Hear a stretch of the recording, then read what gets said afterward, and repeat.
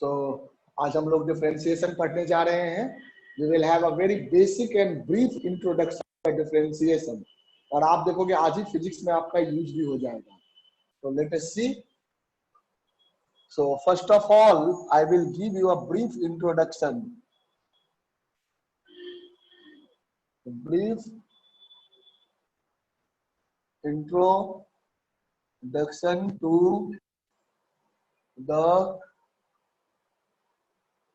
concept of straight line. बिल्कुल देखो 5 minute के अंदर में करते हैं. As you all have studied this.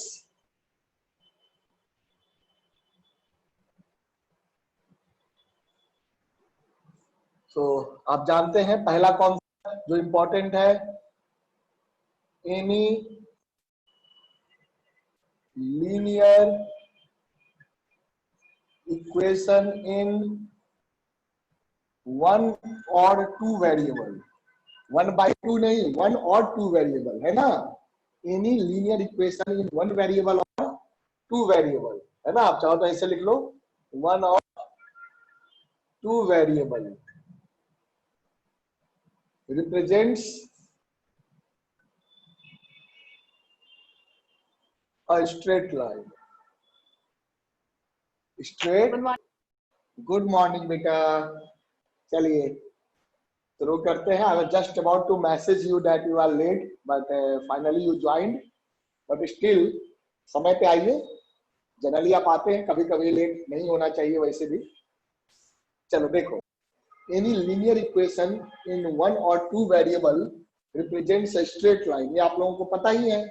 इसे अगर हम 2 वेरिएबल में देखें तो फॉर्मेट होता है x plus by plus c equal to, है ना. 2 वेरिएबल में. 1 वेरिएबल में देखेंगे तो क्या होता है ना. 1 वेरिएबल में अगर आप देखेंगे तो क्या हो जाता है x प्लस सम कांस्टेंट, कुछ भी लिख लो, x plus equal to 0 and y के लिए देखेंगे तो y plus b equal to 0 है ना. a b, यहाँ पर a b अलग है, कुछ भी कर दो, कुछ और नाम दे दो, है ना. x plus k equal to 0, k1 0, x plus k2 0, कुछ भी नाम दे दो. इससे मत रिलेट करो. अलग इक्वेशन तो अलग मतलब है ना, वो चीज है. तो आपने देखा था ये जो जनरल इक्वेशन है और ये वाला जो इक्वेशन है that is x plus k1 equal to 0. बताओ ये स्ट्रेट लाइन कैसा होगा अगर आप करेंगे तो. बताओ x प्लस k1 का स्लोप क्या है. बताओ what is the slope of this line. इस एग्जांपल ले लो.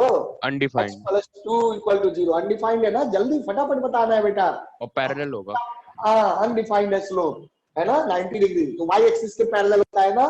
ये सब चीज जो है एकदम मुंह पे होना चाहिए. कहते हैं ना एट द टंग होना चाहिए, ऑन द टंग. तो जैसे कि मान लो x प्लस 2 0 तो x इक्वल टू क्या आ गया -2, तो -1 -2, तो ये लाइन बनेगा ना, ये वाला लाइन बनेगा, ये लाइन रिप्रेजेंट होगा. तो देख रहे हो y एक्सिस के पैरेलल है, अनडिफाइंड हो गया. अच्छा y plus k2 equal to 0, इसका स्लोप 0 हो जाएगा. This will be parallel to, yes है ना बेटा. और अगर k1 k2, हाँ अगर k1 0 होगा तो क्या रिप्रेजेंट करेगा x0. x0 means represents y axis. x0 कौन सा लाइन होगा y एक्सिस होगा. और y इक्वल टू 0 कौन सा लाइन होगा x एक्सिस होगा. रिवाइज हो गया. हाँ रिवाइज हो गया. Yes sir. Okay nice. चलिए तो ये मैंने आप लोगों को मैसेज भेजा था, थोड़ा रिवाइज कर लेना और आगे बढ़ते हैं. तो इसको सब लिखा हुआ है, not required to write all these things. उसके बाद हम स्लोप की बात किए थे. स्लोप देखो तो हमने पढ़ा था स्लोप ऑफ अ लाइन. चलिए देखते हैं बेटा. Slope of a line.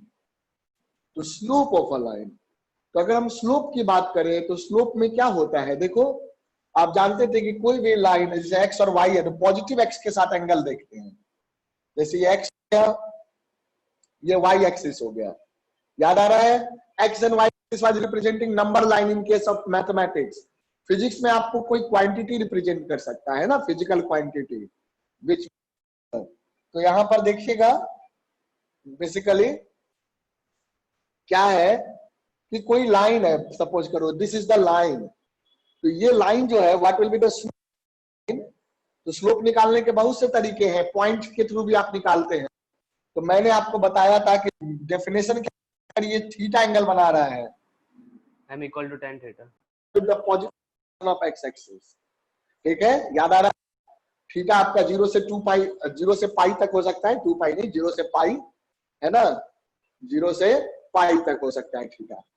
तो थीटा कहां तक लाई करेगा? यहाँ 0 से पाई तक लाई करेगा, है ना। लाइन अगर ऐसे होगा तो देखो, हाँ बेटा, 0 से पाई का मतलब क्या हुआ? लाई करेगा 0 से पाई मतलब 180 डिग्री। 180। रेडियन पाई रेडियन होता है ना? पाई रेडियन जानते हैं?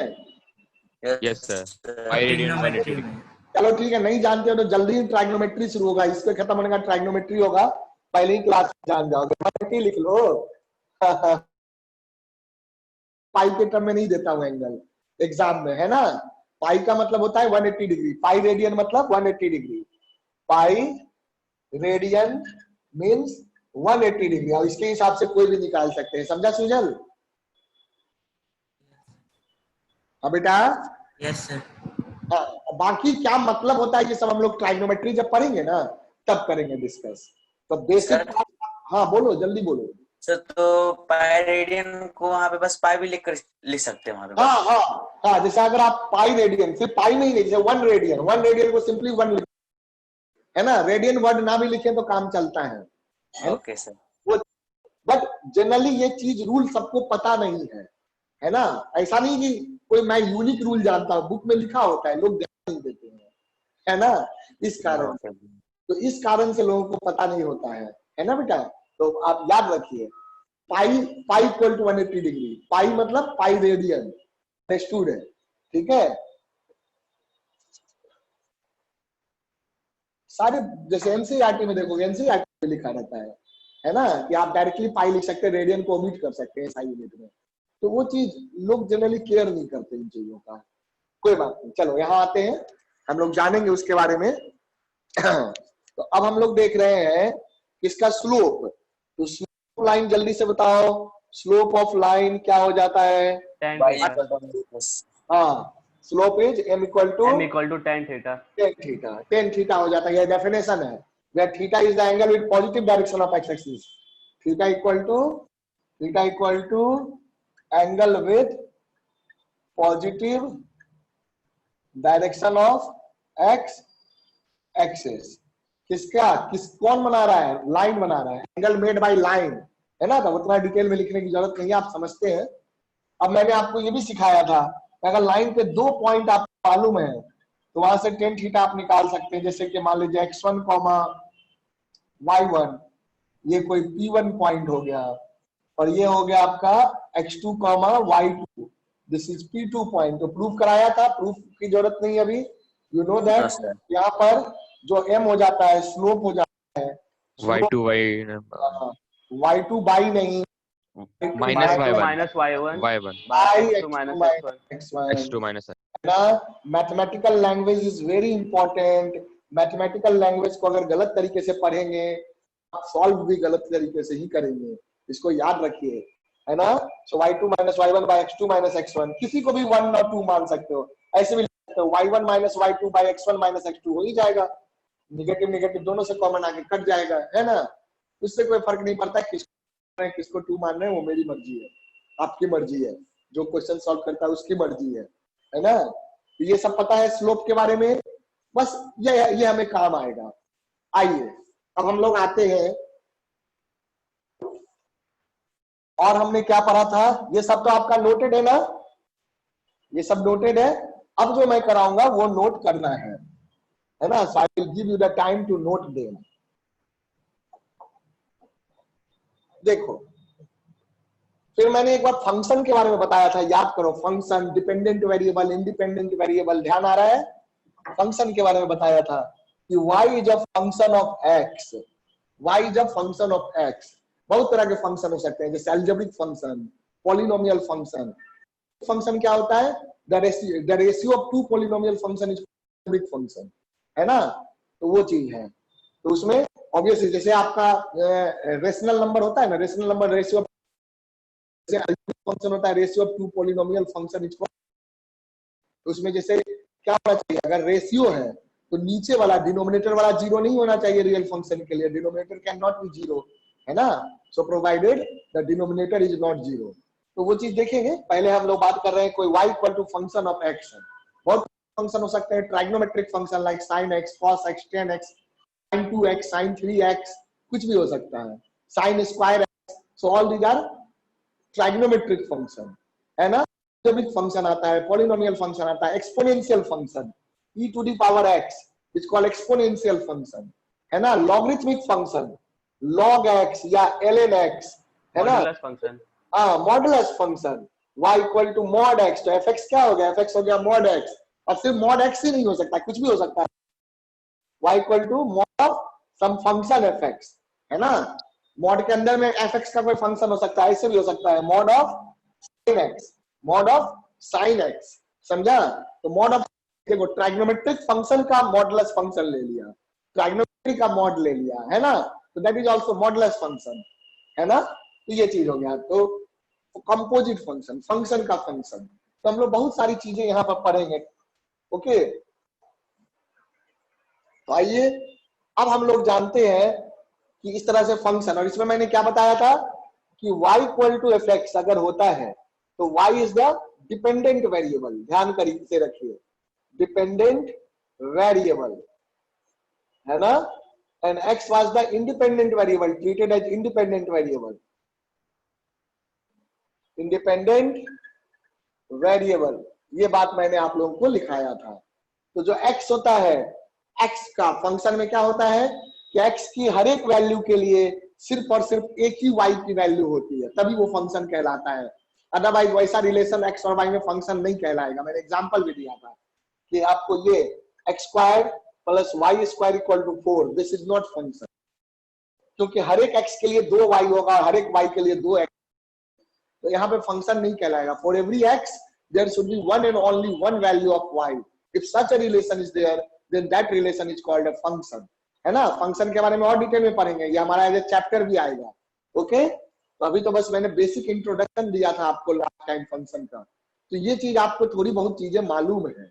अब हम यहाँ से आते हैं, ग्राफ की बात हमने की थी, ग्राफ ऑफ एनी फंक्शन, जैसे y इक्वल टू x या कोई भी है, तो वो ग्राफ जैसे y equal to x square, याद करो y equal to x square का ग्राफ मैंने क्या बताया था, this is the graph of y equal to x square, parabola, है ना।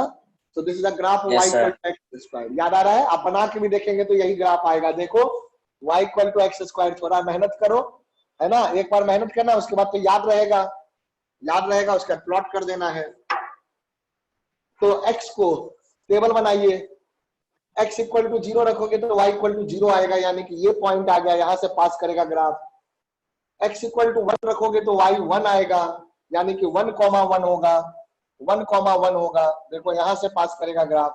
-1 रखोगे तो भी y 1 आएगा, y x इक्वल टू -1 रखोगे तो भी y 1 आएगा, x इक्वल टू 2 रखोगे तो y 4 आएगा, या +-2 कर दो एक ही साथ, प्लस या -2 रखेंगे तो क्या आएगा, y 4 आएगा। x इक्वल टू +-3, आप कम भी रख सकते हैं, 1/2 भी रख सकते हैं, है ना। +-3 रखेंगे तो y आएगा 9। x को आप रखेंगे +-1/2, जरूरी नहीं कि इंटीजर ही ले, तो y आ जाएगा आपका 1/4, 1/4 आ जाएगा, यानी कि 1/2 पे देखेंगे, +1/2 पे देखेंगे तो इसकी वैल्यू क्या आएगी, 1/4 आएगी, यानी कि यहाँ पर ये आएगा, ठीक है। तो ये पॉइंट आएगा, देखना ध्यान से, ये पॉइंट आया, ये पॉइंट आया, ये पॉइंट आया, फिर ये 1 पे 1 आया, ये -1/2, -1 +1/2 1, फिर 2 लोगे तो क्या आ जाएगा, 4 आ जाएगा। 2 लोगे, यहाँ तो 1 था नहीं है, और ये 1/4 है, दिखाएंगे नहीं हर पॉइंट को। फिर 2 2 3 4। देखो ग्राफ ऊपर भाग जाएगा, ग्राफ ऊपर भाग जाएगा, भागना ही चाहिए क्योंकि स्क्वायर है तो ज्यादा तेजी से बढ़ेगा। तो यहाँ ग्राफ कहाँ भाग जाएगा, ऊपर भाग जाएगा। तो यहाँ ये पॉइंट आ गया, देखो तो ग्राफ कैसा जाएगा जब इनको मैं ऐड करूंगा, जब इन सभी पॉइंट को जब मैं जोड़ूंगा, है ना, स्मूथ कर्व से, तो ग्राफ ऐसा आएगा, दिख रहा है, ऐसे दिखा। तो this will be the graph.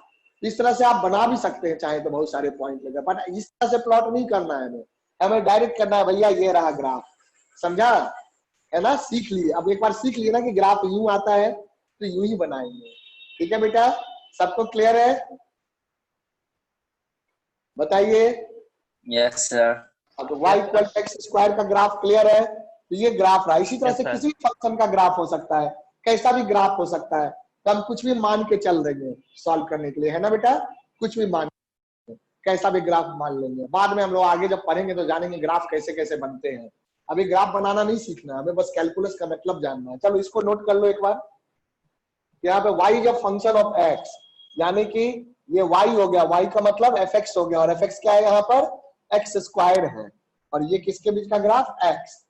मैंने इस तरह से बनाया है, ऐसे दिखाया है बना करके, है ना। So this is x and this is y। तो y equal to x square, one example I have given. चलिए इसे करिए, नोट इट डाउन।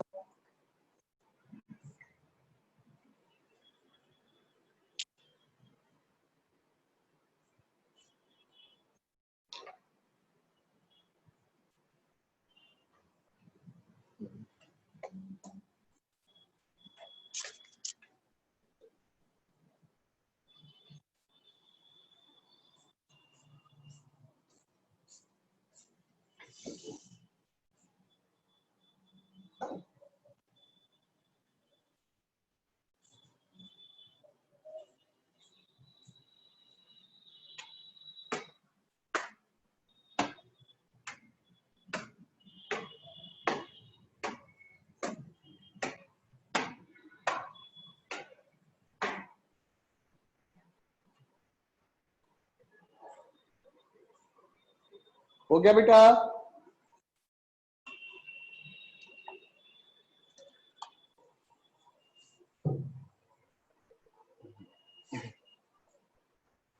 आइए आगे बढ़ते हैं। सर एक मिनट सर। अच्छा कर लो।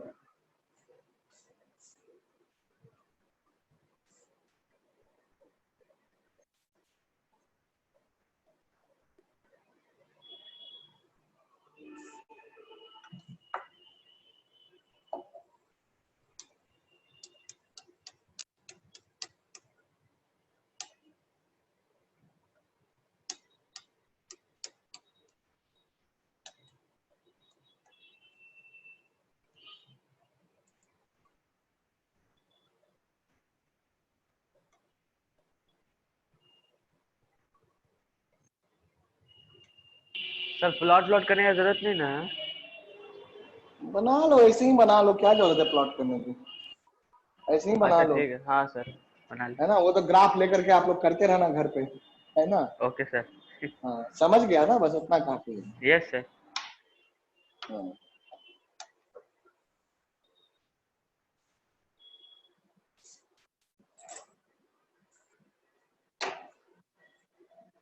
आइए देखिए, यहाँ के आगे बढ़ते हैं बेटे। So we discussed about basically कि ग्राफ क्या है, फंक्शन क्या है, ये सब आपने पहले भी देखा है, तो मैंने बस इंट्रोड्यूस कराया आपको कि let us know about the function, और फंक्शन का जो मीनिंग होता है ये सब आप रिवाइज कर लीजिएगा, that we have studied in the previous. चलिए अब मैं आता हूं डिफरेंशिएशन के मेन टॉपिक पे, है ना। Tangent to a graph, tangent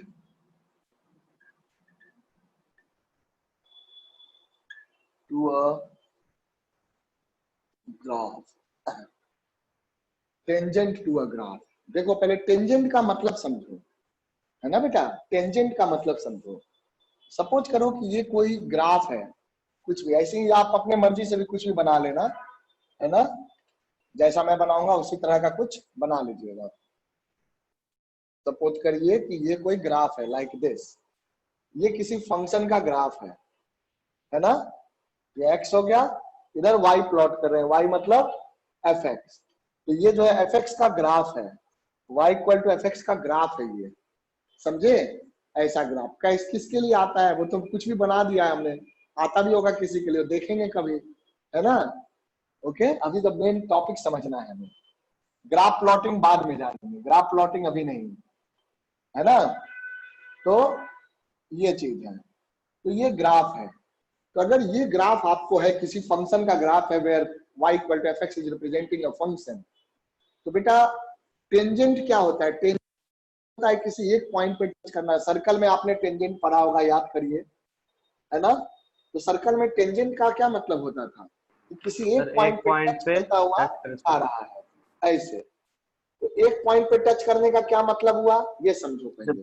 radius से परपेंडिकुलर, रेडियस से, हाँ, यहाँ परपेंडिकुलर होता है, वहां भी रेडियस क्या होता है वो सब मीनिंग बाद में आएगा, है ना। रेडियस ऑफ कर्वेचर क्या होता है, सर्कल के लिए हर जगह रेडियस ऑफ कर्वेचर बराबर होता है, आर रेडियस होता है, किसी भी दूसरे ग्राफ के लिए बराबर नहीं होगा, चेंज होता रहे, है ना। तो ये समझो पहले, यहाँ समझो, रेडियस ऑफ कर्वेचर की बात अभी नहीं करेंगे, यहाँ रेडियस होता है, बिल्कुल सही बोला आपने, रेडियस के परपेंडिकुलर लेते हैं।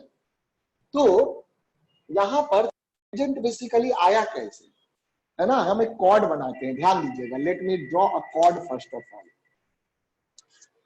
I am drawing a cord here, देखिएगा, जैसे मैंने ये कॉर्ड ड्रॉ किया, दिस इज अ कॉर्ड, है ना, कॉर्ड लाइन।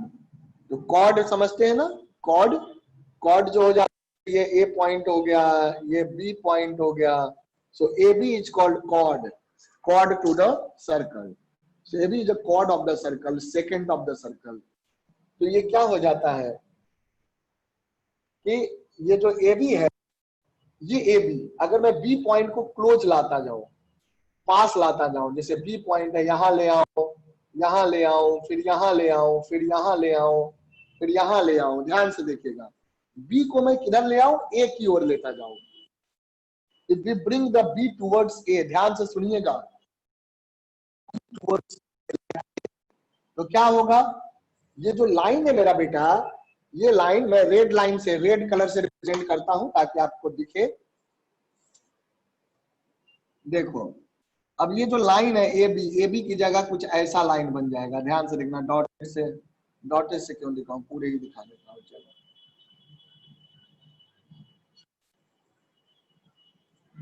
ऐसा कुछ लाइन बन जाएगा, दिख रहा है, लाइक दिख रहा है ना, चलो, हाँ दिख रहा है। तो ये आपका जो पॉइंट हो गया, this point is called B1, है ना, इस पॉइंट का नाम दे दो B1। उसके बाद थोड़ा यहाँ ले आते हैं, चलो ये बीच वाला छोड़ दो, ज्यादा पॉइंट क्यों दिखाना, है ना, इससे पास करा दो। तो ऐसे हो गया, ये ऐसा बन जाएगा, देखो। तो जैसे जैसे ये पास आता जाएगा, तो देखो क्या होगा, ये पॉइंट मान लो हो गया B2, उसके बाद यहाँ ले आते हैं, इसको बीच वाला छोड़ दो, इसको ले आओ, तो देखना, ध्यान देना, ध्यान से देखिएगा, मैं और पास ले आया, ये बन गया इस तरीके से, लाइक दिस, दिख रहा है। तो देखो बेटा, ये पहले B1 पे लाया मैंने, पहले B0 कह लो, फिर B1 कह लो, फिर कह लो ये B2 हो गया, फिर ये हो गया, ये पॉइंट क्या हो गया, ये पॉइंट हो गया B3, ये पॉइंट B3 हो गया। अब B3 के बाद और क्लोज लाते जाएंगे, बिल्कुल पास लेते जाएंगे, धीरे धीरे हम इस पॉइंट को और पास लाते जाएंगे, पास लाते लाते लाते बिल्कुल ए के बगल में ले आएंगे। कहाँ ले आएंगे, ए के ले आएंगे, just adjacent to A, such that कि ए और बी के बीच में कोई पॉइंट नहीं हो, है ना। प्रैक्टिकली सोचो तुम, ए और पॉइंट नहीं होता तो थ्योरी क्या कहता है, थ्योरी कहता है कि किसी भी दो पॉइंट के बीच में इनफाइनाइट नंबर ऑफ पॉइंट होते हैं, होता है ना। थ्योरी क्या कहता है, ये थ्योरी जानते हो ना आप लोग, कि between any two points, distinct point, between any two distinct point the graph, there are infinite number of points. ये बात पता है? Yes, sir. Yes, sir. They need two distinct, there are infinite number of points. तो अगर मैं कह रहा हूं कि A and B two distinct point, A and B are two distinct point and there is no other point in between them, it means they must be common point, they cannot be distinct point. तो किसी भी distinct point के बीच में तो infinite number of point होते हैं, चाहे वो कितना भी close हो, है ना? So if A and B are just adjacent point, तो कहने के लिए adjacent, लेकिन basically अगर हम कहते हैं कि there is no other point between A and B, it means कि A and B will become the same point. ये बात clear हुआ? ये बात clear हुआ? Yes, sir. बोलो, है ना? If there are no other point, अगर A और B के बीच में कोई और point लाई नहीं करेगा, तो उसके लिए फिर A और B को same point बनना पड़ेगा. क्यों? क्योंकि मैथ में ज्योमेट्री की थ्योरी ये कहती है कि किसी भी दो डिफरेंट पॉइंट के बीच में इनफाइनाइट नंबर ऑफ पॉइंट होता है, चाहे वो कितने भी क्लोज क्यों ना हो, है ना? So between any two distinct point there are infinite number of points.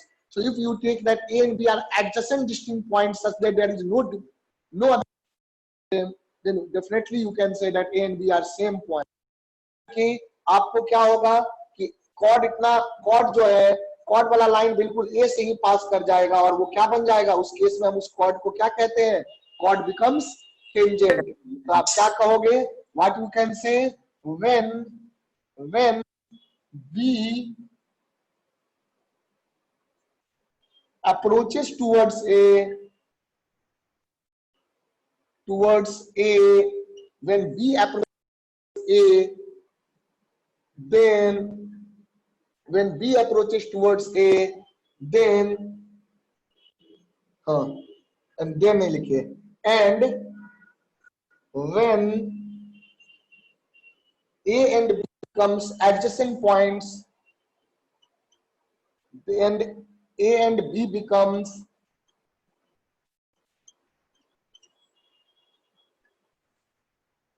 adjacent points such that there is no other point between them,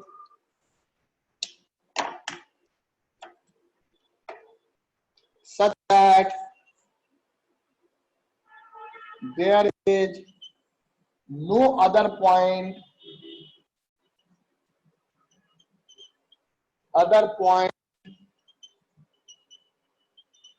between them, then such that there is point between them, then the chord AB become chord. So this is the basic concept of tangent. Chord AB becomes tangent at point A. Tangent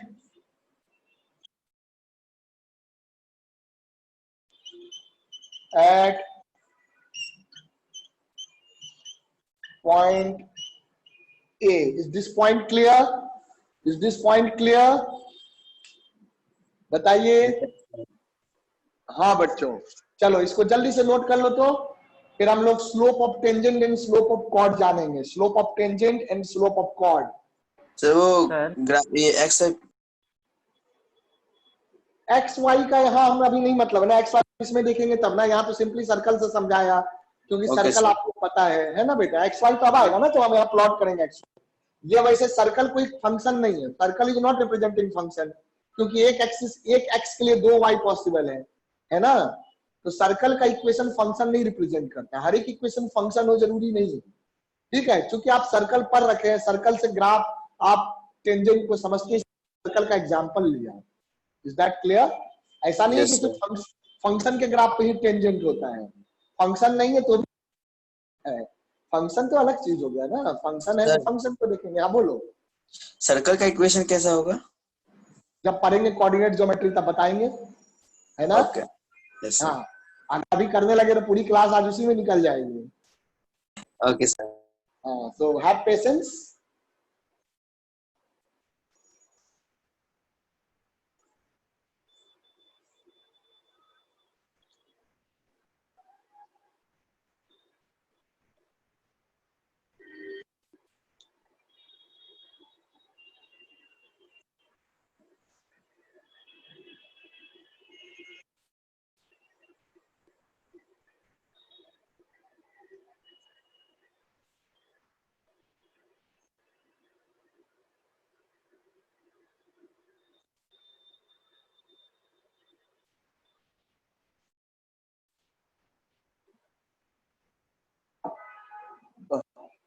हो गया?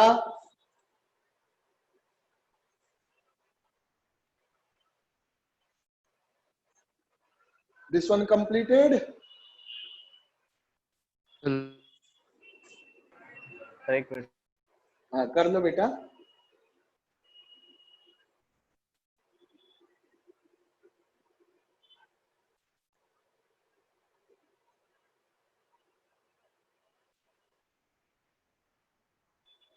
So tangent क्या है basically? Tangent इन सच, tangent कैसा है? देखो tangent भी एक straight line है, दिख रहा है? टेंजेंट हो या कॉर्ड हो, दे आर स्ट्रेट लाइंस, है ना? चाहे ग्राफ कैसा भी हो, tangent is a straight line. देखो ये टेंजेंट है ना, this is tangent, and what is tangent? Tangent is also straight line. तो जो भी आप स्ट्रेट लाइन में पढ़ा है वो यहाँ यूज होगा टेंजेंट में भी। टेंजेंट का इक्वेशन निकालने में, टेंजेंट का स्लोप निकालना होगा तो वहां यूज होगा। You can use the concept of straight line here. Completed? Sir एक मिनट सर। हाँ जल्दी जल्दी लिखिए बेटा।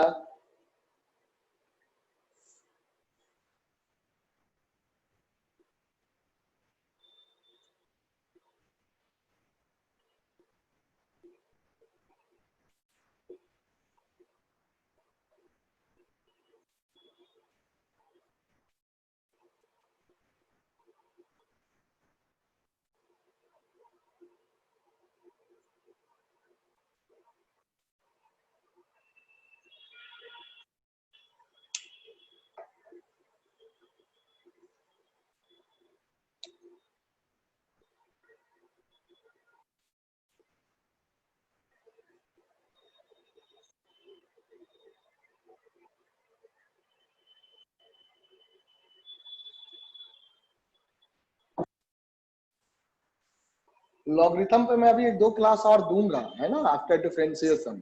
तब तक आप लोग प्रैक्टिस करते रहिए। जो भी मटेरियल वगैरह मैंने भेजा है, मैं एक और मटेरियल आज लॉगरिथम पे भेजूंगा आज, है ना। मोशन मोशन क्लासेज करके कोटा में एक इंस्टीट्यूट है, so there material I will send. उसमें कुछ और भी चीजें, उसको आप लोग रीड कीजिएगा, है ना। वो सब बेसिक चीजें हैं जो कि आप अंडर 10 कर चुके हैं, जैसे रेशियो, प्रोपोर्शन, सर्ड्स वगैरह, छोटी मोटी चीजें, है ना, पॉलिनोमियल वगैरह, ये सब चीज तो उसमें लिखा हुआ है। तो वो सब आप जरूर रिवाइज करिएगा, है ना। That's a good material. तो वहां से आप, ऑल्दो जहां दिक्कत होगी, मान लो एक्सप्लेनेशन अच्छा, एक्सप्लेनेशन करने के लिए मैं हूं ना बेटा, तो there you can take my help. But उसमें जो भी इंफॉर्मेशन दिया है उसको आप अपने प्रीवियस ईयर्स के क्लासेस के बुक से रिवाइज जरूर करिएगा, है ना। I have seen that that's a very good material. Okay, questions में अगर कहीं मान लो एक आध क्वेश्चन गलती होती है, then I am there to explain you, so you should not border about that, है ना। तो मोशन क्लासेस का मैं भेजूंगा आप लोगों को, काफी अच्छा है। चलिए ये हो गया, this one is done. Yes, sir. Yes sir. हाँ, so now okay, let's come to this graph now. अब इस पे बात करेंगे। अब मैं इसमें कोई पॉइंट कंसिडर करता हूं। मेरा बच्चा देखो, यहां मैंने कोई पॉइंट कंसिडर किया, जैसे कि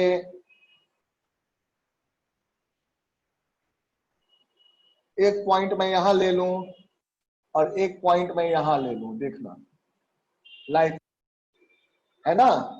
तो ये बना लेते हैं अच्छे से। ये देखो, इसको थोड़ा ऐसा ले लो।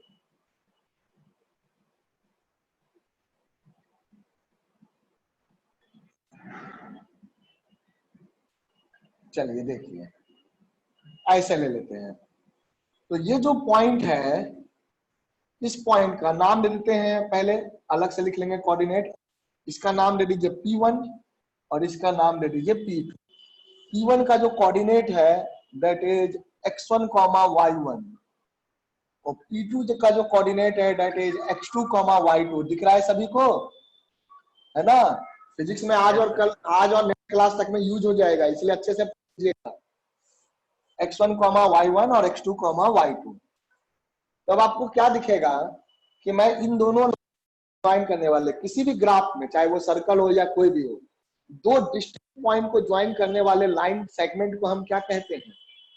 डिस्टिंक्ट पॉइंट को ज्वाइन करने वाले लाइन सेगमेंट को कॉर्ड या सेकेंड कहते हैं। क्या कहते हैं? सेकंड। सेकेंड या कॉर्ड, कॉर्ड कह लो, कॉर्ड भी कह सकते हो, है ना, एक ही चीज है। तो यानी कि सेकेंड कहलाता है, कॉर्ड भी उसी को आप कह सकते हैं, सर्कल में आप कॉर्ड कहते है ना। तो ये देखो मेरा बेटा, ये लाइन जो होगा, this line will be called chord, is that clear? P1 P2 will be called chord. So ऐसे बढ़ा देते हैं, पूरा लाइन खींच देते हैं ताकि हमें लाइन दिख रहा है। So P1 P2 is the line of chord, is that clear? सब दिख रहा है आपको? बताओ बेटे, विजिबल है? समझ में आया ये बात? Yes sir. ओके, तो देखिए यहाँ पर, तो ये जो P1 P2 कॉर्ड है, ध्यान से देखना, P1 से लेकर P2 तक ये जो कॉर्ड आपको दिख रहा है, ये positive direction of X axis, positive direction of X axis इधर रहा, है ना। अगर मैं वेक्टर से दिखाऊं तो वेक्टर से दिखाऊं तो ये रहा positive direction of X axis. तो इस डायरेक्शन से कितना एंगल बना रहा है? ये लेट इट बी थीटा, इस एंगल को मैं थीटा नाम दे दूं, है ना। यहाँ इस पॉइंट से जहां पे इंटरसेक्ट कर रहा है उससे इधर जाओगे तो निगेटिव डायरेक्शन है, इधर जाओगे तो पॉजिटिव डायरेक्शन है। तो this direction is the positive direction of X axis. Is that point clear? बताइए। तो आप देख सकते हैं slope of chord, slope of chord क्या हो जाएगा? हियर स्लोप ऑफ कॉर्ड, कौन बताएगा मुझे स्लोप ऑफ कॉर्ड क्या हो जाएगा? बताइए। टेन थीटा हो जाएगा। टेन थीटा की वैल्यू कोऑर्डिनेट्स के टर्म में कैसे आएगी? x1 y x2 y1 y2 के टर्म में y2 minus y1 x2 minus x1 y2 minus y1 divided by x2 minus x1। बाय भूल जाते हैं बोलना है अच्छे से। Their slope of chord, that is by definition it is tan theta, it is tan theta। अब देखो मेरा बेटा, tan theta आपका जैसा हमने प्रूफ किया था, यहाँ भी आपको दिख जाएगा। स्लोप ऑफ कॉर्ड ऐसे बना दो, एक सेकेंड सही से बनाता हूं, ऐसे बना दो और इसको ऐसे बना दो, दिख रहा है? तो जो कोऑर्डिनेट्स है मेरे बेटे, ये पॉइंट क्या हो जाएगा? ये पॉइंट x1 हो जाएगा और ये पॉइंट जो है इसका y2 का x coordinate that is x2 हो जाएगा। और उसी तरह से मेरे बच्चा इधर देखो, ये हो जाएगा y1 और ये जो हो जाएगा देखो, ये हो जाएगा y2। सबको क्लियर है ये? बताइए Dev, is this point clear? Yes sir. Arpit? Yes, sir. Okay.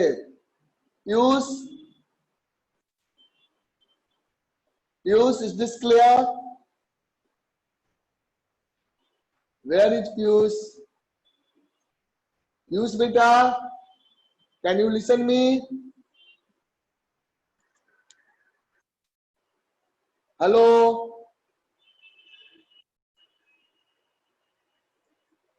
Piyush, can you listen me?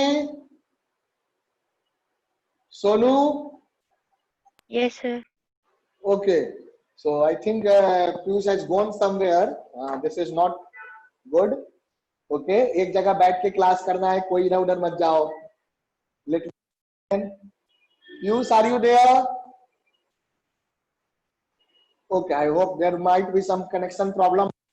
They might have gone somewhere for a minute. Okay. So देखो x1 x2 and this is y1 y2 दिख रहा है? So this is y1 y2, तो y1 y2। तो बेटा ये angle अगर देखोगा, ये एंगल अगर थीटा है तो यहाँ भी आप कह सकते हो कि ये angle theta.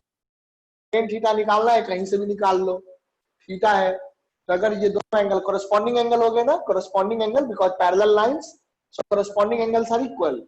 So tan theta, from here the tan theta you can write, let us say that this point is m, so tan theta will be equal to p2m by p1m, and p2m इतना बड़ा हो जाएगा y2 मतलब origin से होता है ना coordinate, y2 minus y1, So this length will be equal to y2 minus y1 and similarly this length will be equal to यहाँ से यहाँ तक x2 है और यहाँ से यहाँ तक x1 है.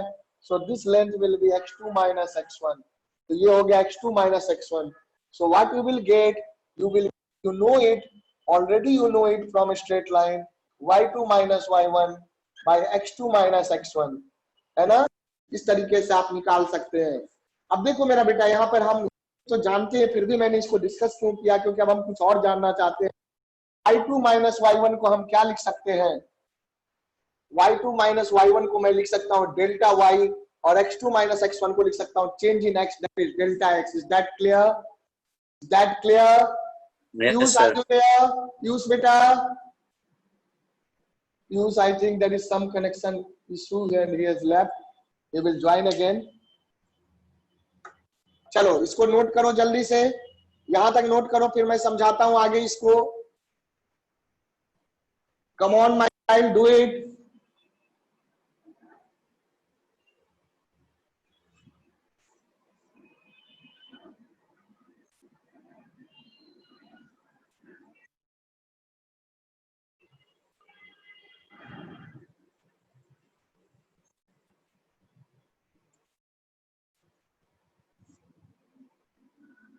इसको नोट कर लीजिए,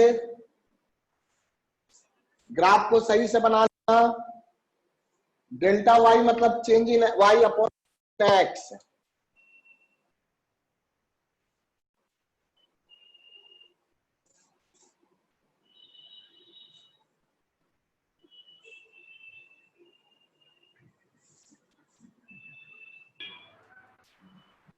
Piyush, can you listen me now? हाँ यस सर, सर चला गया था. ओके ओके, कहीं जाइए मत, यहाँ ये बहुत इंपॉर्टेंट टॉपिक है, कहीं नहीं जाना है. क्लाइमेक्स चल रहा है अभी, ठीक है ना, सीन का क्लाइमेक्स है. नेटवर्क चला गया, हम नहीं गए थे. अच्छा अच्छा. चलो ठीक है, से देखो तो यहाँ पर ये हो गया tan थीटा हमने निकाला, y2 minus y1 by x2 minus x1. This is the slope of chord या slope of secant, you can say secant. Okay, so that is equal to y2 minus y1 is delta y, x2 minus x1 is delta x. y2 minus y1 is delta y and x2 minus x1 is delta x. So क्या हो गया? Change in y upon change in x. So this is called rate of change in y with respect to x. क्योंकि delta y by delta x है, तो total change in y upon total change in x will be called average rate of change in y with respect to x. So here delta y by delta x, that is change in y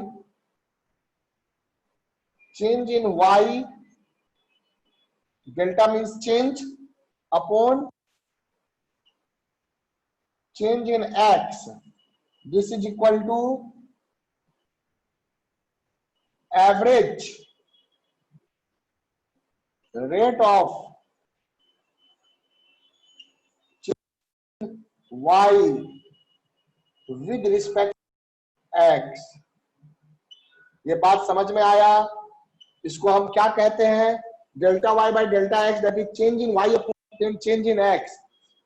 आपने x में कितने से change किया? x में change किया delta x से. तो जब आपने x में डेल्टा x से चेंज किया तो y में कितने का ओवरऑल चेंज आया? डेल्टा y का.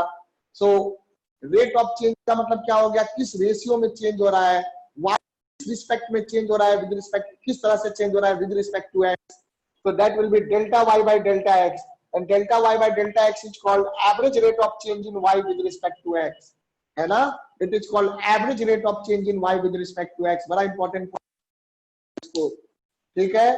तो आप क्या कह सकते हैं कि किसी ग्राफ में दो डिस्टिंक्ट पॉइंट को ज्वाइन करने वाला कॉर्ड जो है, सेकंड जो है, ध्यान से सुनना मेरे इस स्टेटमेंट को, किसी भी ग्राफ में दो डिस्टिंक्ट पॉइंट्स को ज्वाइन करने वाला जो सेकंड है, उसका स्लोप, सेकंड या कॉर्ड का स्लोप क्या बताएगा? सेकंड या कॉर्ड का स्लोप आपको बताएगा average rate of change in y with respect to x. क्या बताएगा मेरा बेटा? Average rate of change in y with respect to x बताएगा. Is this point clear? Tell me, is this point clear? बताइए। Yes sir. Yes. Okay, तो Yes, चलिए sir. इसको note कर लीजिए। हम क्या कह सकते हैं, इस बात को हमेशा याद रखना है, हर जगह यूज होता है हेंस, है ना। Slope of cord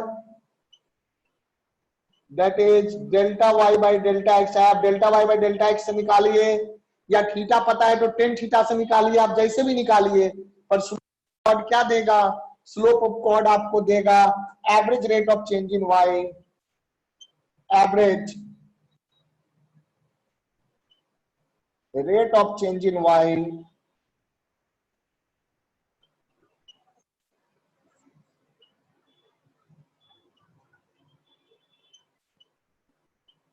with respect to x. Come on, write it down. यहां तक लिख लो, फिर आगे मैं बताता हूं। क्योंकि अब आप कॉर्ड का जान गए तो टेंजेंट कैसे बनता है, तो टेंजेंट बनाने के लिए हम क्या कर सकते हैं, मान लो P1 पॉइंट को मूव करा के P2 की ओर ले जाएंगे, है ना, और एक ही पॉइंट पे हम कॉर्ड बना देंगे, यानी कि chord at a single point. तो अभी बड़ा इंपॉर्टेंट कॉन्सेप्ट है वो, जल्दी से आप ध्यान दीजिए, इसको नोट कर लो, फिर मैं समझाता हूँ। सर P2 को नहीं ले आ सकते हैं? आप P2 को ले जाएंगे तो P2 को ले जाएंगे तो P1 पे बन जाएगा टेंजेंट, बिल्कुल कर सकते हैं, है ना, बिल्कुल कर सकते हैं।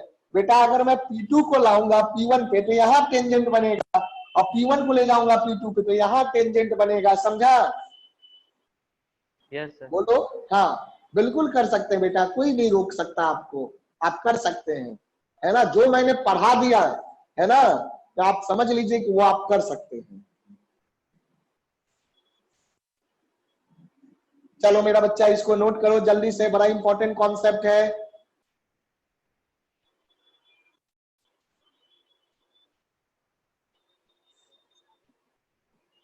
might be possible that on Sunday I can take an extra class for mathematics, है ना, जैसे लास्ट टाइम लिया था।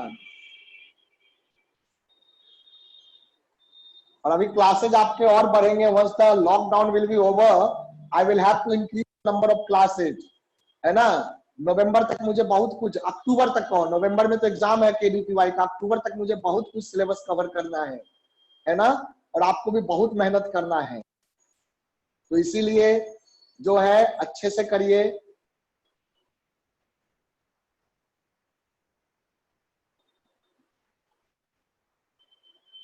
लॉकडाउन ने थोड़ा सा तो गड़बड़ किया है, माइट बी पॉसिबल कि केबीपीवाई का भी एग्जाम एक्सटेंड हो जाए, but I can't say anything, हो सकता है कैंसिल ही हो जाए। स्कॉलरशिप एग्जाम है ना, कोई कंपलसरी एग्जाम तो है नहीं, कैरियर टेस्ट, तो कौन जानता है। पर ऐसा नहीं कि आप केबीपीवाई के लिए पढ़ेंगे तो आपको कोई लॉस है, क्योंकि सिलेबस तो वही है आईटी जेई का, है ना।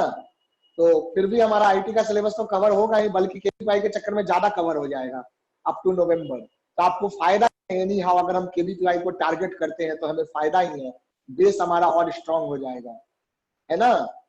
So there is no loss in studying for KVPY. Currently I cannot give any commitment to what will be the situation in November.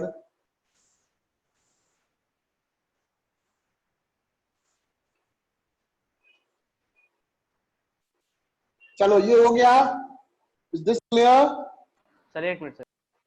हाँ कर लो, समझते हुए करो, कोई डाउट हो तो क्वेश्चन बिल्कुल बेझिझक पूछो, question without any hesitation you can ask the question if you have any doubt in whatever I have discussed.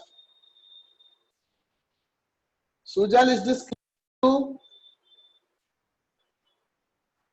Sir ये Sujal, जो सर हाँ बोलो ये जो टेंजेंट ग्राफ होता है ये सेम वो फंक्शन का ही होता है। बेटा, मैंने बताया सर्कल में टेंजेंट बनाया था ना, circle was not representing a function. Circle को अगर आप y और x पे प्लॉट करेंगे तो देखो किसी भी x के लिए 2 y हो गया ना, एक यहाँ भी और एक यहाँ भी, है ना।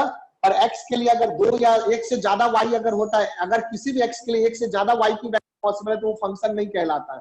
लेकिन क्या आप सर्कल में टेंजेंट बनाते हैं कि नहीं बनाते हैं, बोलो, बनाते हैं ना। तो वो तो कह सकते हैं ना क्या ना वो एक्स वाई का फंक्शन है, वाई एक्स का नहीं है। नहीं, यहाँ ना एक्स वाई का भी फंक्शन है, तुम एक्स वाई को देखो, वाई में भी देखो तो किसी वाई के लिए 2 एक्स हो रहा है, तो circle is not representing the function, okay sir. है ना। यहाँ circle is not representing a function. हाँ, कहीं पे ऐसा हो सकता है कि एक्स वाई का नहीं है, वाई एक्स का है, सकता है, पर यहाँ नहीं है। सर्कल इज सच एग्जाम्पल, भाई जिधर से भी जाओगे उधर से 2 दिखेगा, है ना। एक भी जगह आप कहोगे सर यहाँ पे तो नहीं दिखा, एक भी जगह अगर 2 वैल्यू आ गया तो वो नहीं सेटिस्फाई करता है रूल को। क्या बोलता है, for all x there should be unique value of y, है ना बेटा, वो याद रखना है, for each and every x. चलो हाँ ये देखो जरूरी नहीं है, मैंने पहले भी बोला बेटा टेंजेंट और सेकेंड ये सिर्फ फंक्शन के लिए ही हो, ये जरूरी नहीं है, सबके लिए होते हैं, फंक्शन में भी होते हैं, है ना, वो चीज हम पढ़ रहे हैं, समझ रहे हो। जैसे खाते हैं तो क्या जो इंसान है वही खाना खाता है, पक्षी पशु ये सब खाना नहीं खाते, वो भी खाते हैं, है ना। आप बोलोगे सर आपने पार्टी दिया तो आपने जो थे बंदर थे उनको नहीं बुलाया, चूहे थे उनको नहीं बुलाया, खाना तो वो भी खाते हैं। भाई मैं उनको खाने बुलाऊंगा तो आप लोग भाग जाएंगे, है ना, तो वो चीज है। तो जब आप तो किसको बुलाएंगे, आप अपनी ग्रुप के लोगों को बुलाएंगे ना, आप शेर बिल्ली को तो नहीं बुलाएंगे, चूहे और पक्षी को तो नहीं बुलाएंगे, वही चीज है। यहाँ हम फंक्शन की बात करें तो हम फंक्शन पे ही अपने जो डिस्कशन है उसको रिस्ट्रिक्ट करेंगे, है ना। तो जैसे खाना सब कोई खाता है, वैसे टेंजेंट और कॉर्ड हर एक रिलेशन का हो सकता है, चाहे वो रिलेशन फंक्शन हो या ना हो वाई और एक्स में। ये बात क्या दिमाग में बेटा सुजल? सर थोड़ा सा साइड। मैं साइड हो जाता हूँ। सुजल ये बताओ ये बात समझ गया? Yes sir. हाँ तो फंक्शन के लिए भी हम टेंजेंट और कॉर्ड डिफाइन करते हैं, फंक्शन नहीं है तो भी हो सकता है टेंजेंट और कॉर्ड, लेकिन हम डिफरेंशिएशन करते हैं वो किसका करते हैं, फंक्शन का करते हैं। So that's why we are discussing the function, function की ही बात करेंगे। यहाँ आप देखो, आप कोई भी एक्स देखोगे मेरे इस ग्राफ में किसी भी एक्स के लिए वाई की 2 वैल्यू नहीं आएगी, आप कहीं पे भी देख लो, है ना। ये यूं जा रहा है पर थोड़ा टेढ़ा ही होके जा रहा है, समझा। किसी भी एक्स के लिए आप वाई के पैरेलल लाइन खींचे, वाई का एक ही वैल्यू पे कट करेगा ग्राफ, है ना, वो चीज किसी भी एक्स के लिए, तो आपको वो दिख रहा होगा, समझे। सो सच अ ग्राफ, फंक्शन के ग्राफ की ये प्रॉपर्टी होती है कि हर एक एक्स के लिए वाई की एक ही वैल्यू हो गया, इसी ग्राफ बनता है, समझा, तभी वो ग्राफ फंक्शन को रिप्रेजेंट कर सकता है। So this graph is satisfying the property of function, so this graph can represent a function here. चलिए नोट कर लीजिए इसको।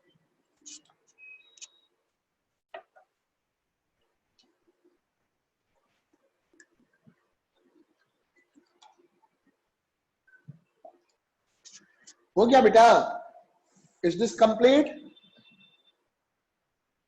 Yes sir. ओके तो आगे बढ़ते हैं। चलिए क्या करना था मुझे, हाँ यहां तक बता दिया। तो ये पॉइंट याद रखिएगा, डेल्टा टैक्स अक्सर यूज होगा बेटा, याद रखना है, पढ़ना है, रिवाइज करना है, प्लीज रिक्वेस्ट, है ना। आप लोग इन चीजों को भूलिए नहीं, है ना। हर चीजों को से समय निकाल कर इन चीजों को रिवाइज करते रहिए ताकि आपको लाइफ में परमानेंटली आपको याद हो जाए, कभी नहीं भूलना है। एंजॉय करो इनको बेटा, this are very important concept. पढ़ाई को कभी प्रेशर की तरह मत लेना। तो यार डेल्टा वाई डेल्टा एक्स और डेल्टा वाई को यूज कैसे करें?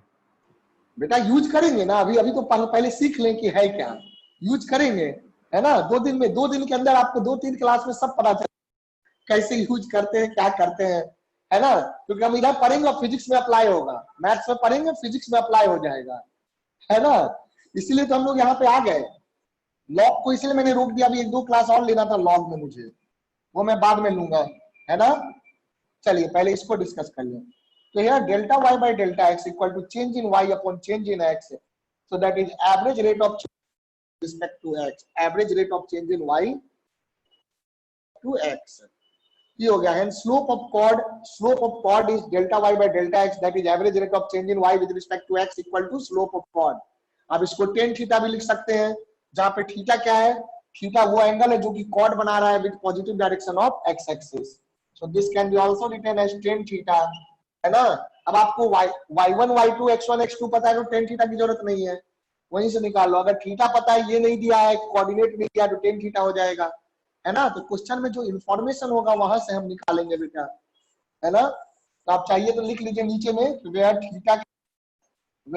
थीटा इक्वल टू, नीचे लिख लीजिएगा इसके, है ना, यहाँ के नीचे लिख लीजिएगा theta equal to angle made by chord P1 P2 with positive x axis या पॉजिटिव x डायरेक्शन है ना, positive part of x axis, positive direction से, ठीक है ना। तो पॉजिटिव वाला तो इधर रहा, तो इससे positive direction of x axis, so that you should keep in. चलिए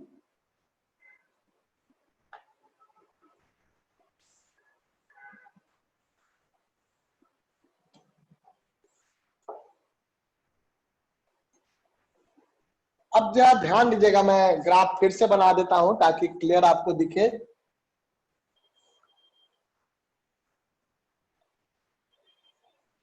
तो कॉर्ड के बारे में तो आप समझ गए, कॉर्ड के बारे में समझ गए।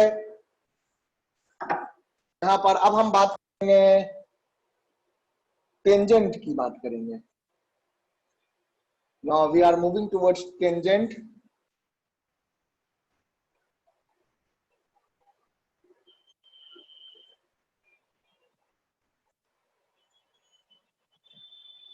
सपोज कर लो ये किसी फंक्शन का ग्राफ है x y, this is representing the graph of a function. मैंने पॉइंट ले लिया,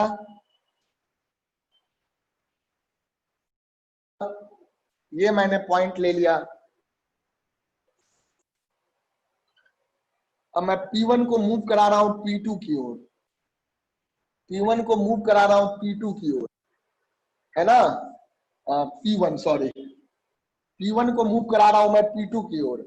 तो जब मैं P1 को P2 की ओर मूव कराऊंगा, देखो इस तरह से मूव कराऊंगा, मैं एरो से दिखा रहा हूं, इस तरह से मूव करा रहा हूं कि मैं P1 पॉइंट से P2 की ओर जा रहा हूं, ऐसे, समझ रहे हो? इस बात को समझो, फीलिंग को समझो, है ना। P1 को हम किधर मूव करा रहे हैं? P2 की ओर मूव करा रहे हैं, और P2 की ओर मूव करा के P2 एडजेसेंट आ जाएंगे कि सच तक उसके बीच में कोई पॉइंट ना हो। इसका मतलब क्या हो गया? कहने को तो कोई पॉइंट नहीं है, तभी पॉसिबल है जब दोनों पॉइंट कॉन्साइड कर गए, है ना, क्योंकि कोई भी छोटा पॉइंट होगा तो by theory any two distinct point are an infinite number of point. तो यदि मैं ये कहता हूं कि P1 और P2 के बीच में कोई और दूसरा पॉइंट ना हो, उसके लिए P1 P2 को बिल्कुल कॉन्साइड करना पड़ेगा, है ना, कॉन्साइडिंग पॉइंट बन जाएंगे। तो क्या हो जाएगा बेटा, यू कैन सी दैट कि आपको पता है कि जैसे जैसे P2 इधर मूव करेगा तो यहीं पे आ जाएगा। अब यहाँ पे आ गया, मतलब चलो बिल्कुल कॉन्साइडिंग पॉइंट मान लेता हूँ, बीच में कोई पॉइंट नहीं है और कॉन्साइडिंग है।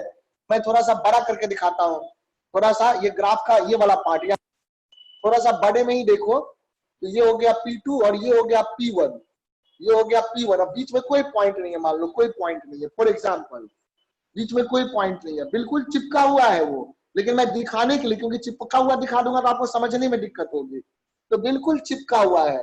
अगर ये बिल्कुल चिपका हुआ है तो देख लो ये वाला पार्ट क्या हो जाएगा, डेल्टा वाई, और ये पार्ट हो जाएगा delta x. Is that point clear? Is that point clear? ये पार्ट क्या हो जाएगा, डेल्टा वाई। तो डेल्टा वाई को हम क्या कहते हैं, डी वाई कहते हैं इस केस में, और ये वाला पार्ट क्या हो जाएगा, डेल्टा एक्स, है ना, और इसको आप कहते हैं डी एक्स। डी का मतलब very small change, infinitesimally small change, इसका मतलब समझाऊंगा, अब यही तो समझना है। तो delta Y by delta x will become D Y by D X, है ना। तो आपका टेंजेंट क्या हो जाएगा, इन दो पॉइंट से पास करने वाला जो लाइन होगा वो टेंजेंट हो जाएगा। और आपको ये बात दिमाग में रखना है कि दोनों पॉइंट एक ही पॉइंट है, बस दिखाने के लिए मैंने थोड़ा दूर दिखाया है, बिल्कुल एक ही पॉइंट, ऑलमोस्ट एडजेसेंट पॉइंट है ये, और इसके बगल वाला पॉइंट, इसके बगल वाला पॉइंट, बीच में और कोई है। इसका मतलब डेल्टा वाई और डेल्टा एक्स बहुत छोटे होंगे। ये बात समझ रहे हैं सब कोई? ये बात समझ रहे हैं? अगर उनके बीच में कोई पॉइंट, बोलो वहां पे डेल्टा वाई ले, वाई में तो कुछ चेंज है, P2 में तो कोई चेंज हुआ नहीं है, हम लोग कैसे नहीं हुआ है? हुआ ना, एडजेसेंट पॉइंट कह रहे हैं ना, बस अगला पॉइंट ही, तो चेंज बहुत छोटा है, टेंडिंग टू जीरो है, लेकिन है तो चेंज, समझा? Yes sir.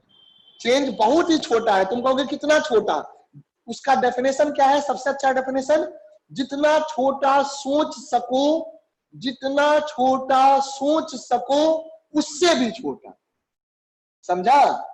यानी कि smaller than beyond, smaller than the smaller that you can imagine, है ना, बियॉन्ड इमेजिनेशन छोटा, जैसे कहते हैं ना जितना सोच सके उससे भी बड़ा, उसको कहते हैं इन्फिनिटी। इन्फिनिटी का मतलब क्या हुआ, जितना बड़ा सोच सको उससे भी बड़ा, उसको कहते हैं इन्फिनिटी।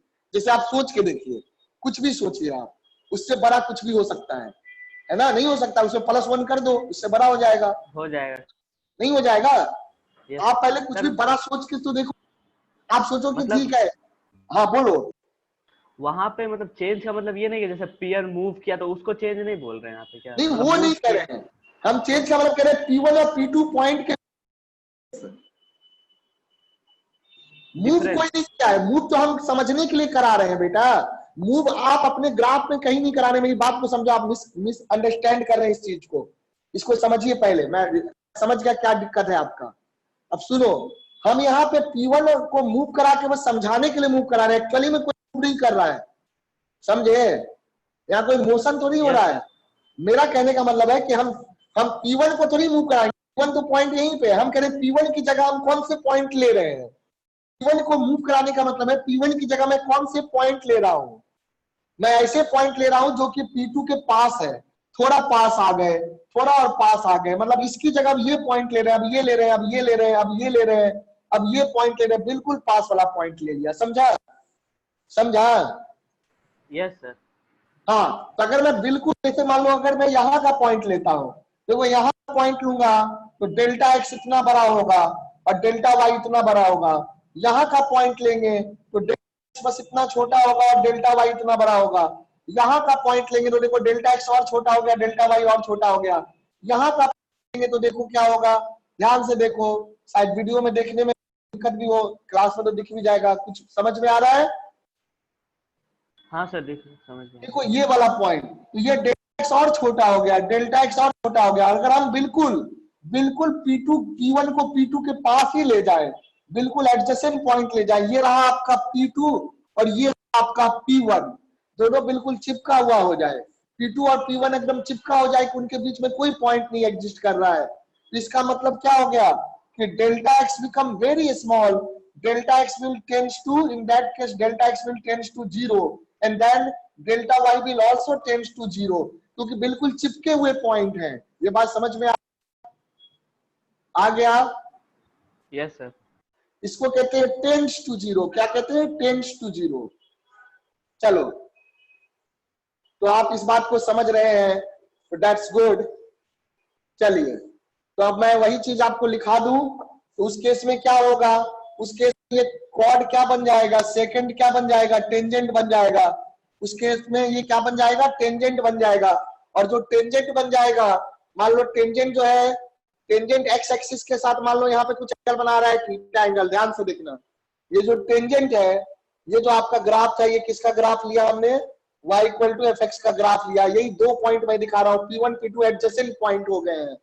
तो उस केस में क्या होगा, अगर P1 P2 एडजेसेंट पॉइंट हो गए, delta x will be equal to dy, delta x will be tending to 0, and this implies जब tending to 0 होता है तो डेल्टा एक्स को हम कहते हैं dx हो गया। क्या हो गया?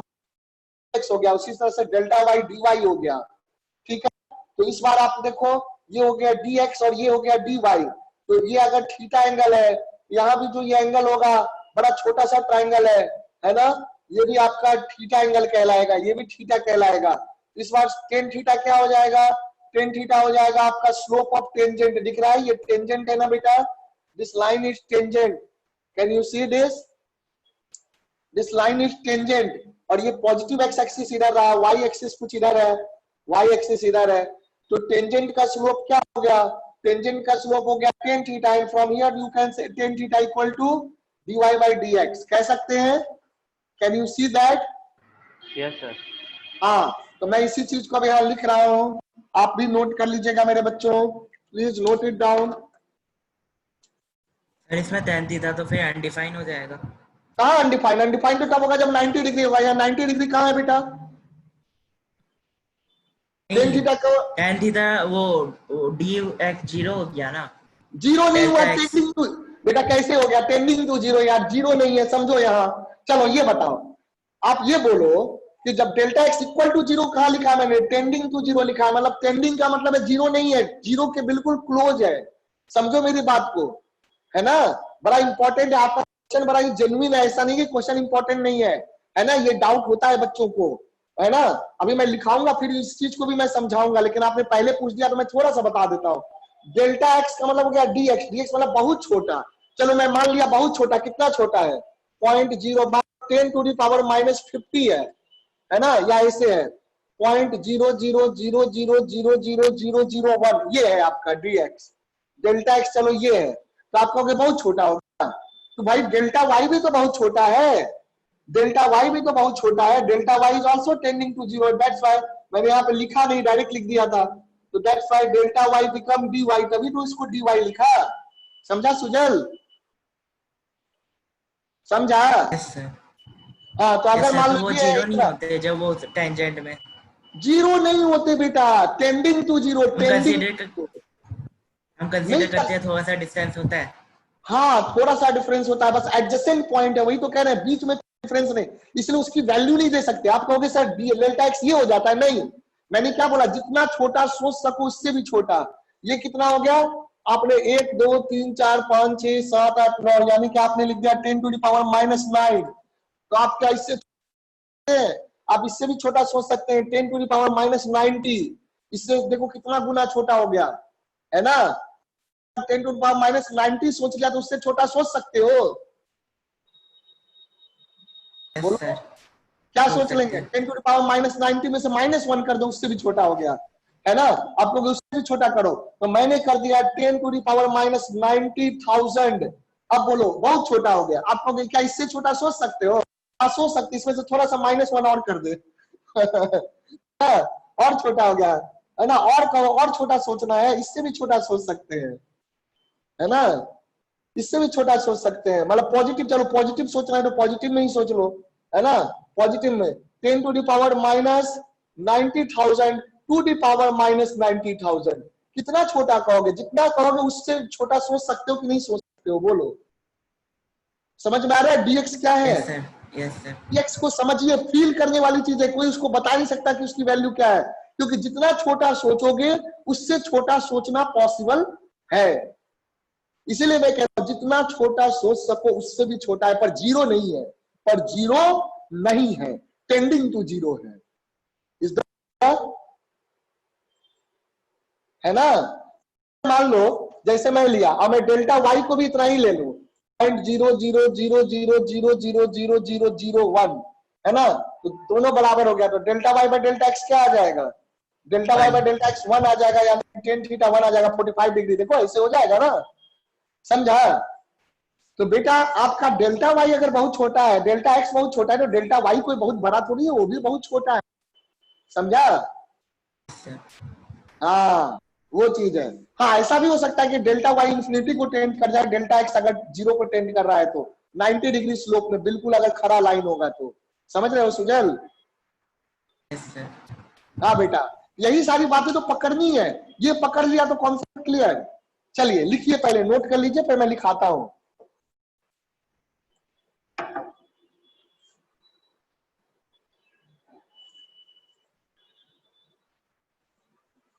कैलकुलस मैथ्स का सबसे इंपॉर्टेंट चैप्टर है ना। अभी तो आप बेसिक लेवल पे बस अगले वीक तक पढ़ेंगे इसको, उससे ज्यादा नहीं, है ना।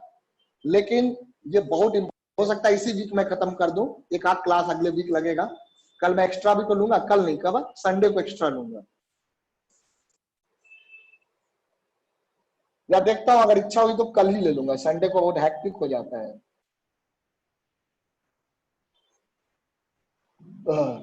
बहुत हैक्टिक उस दिन, कल भी ले सकता हूं, ज्यादा बेटर होगा।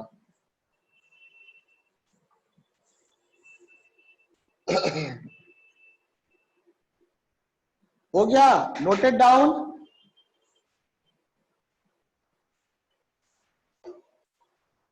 ये बात दिमाग में रखिएगा, delta x delta y zero नहीं है, they are tending to zero. Tending का मतलब होता है बिल्कुल जीरो के क्लोज, बट एग्जैक्टली जीरो नहीं, है ना। लिमिट लिमिट भी आपका आएगा chapter, but we will study such chapters later on, not right now.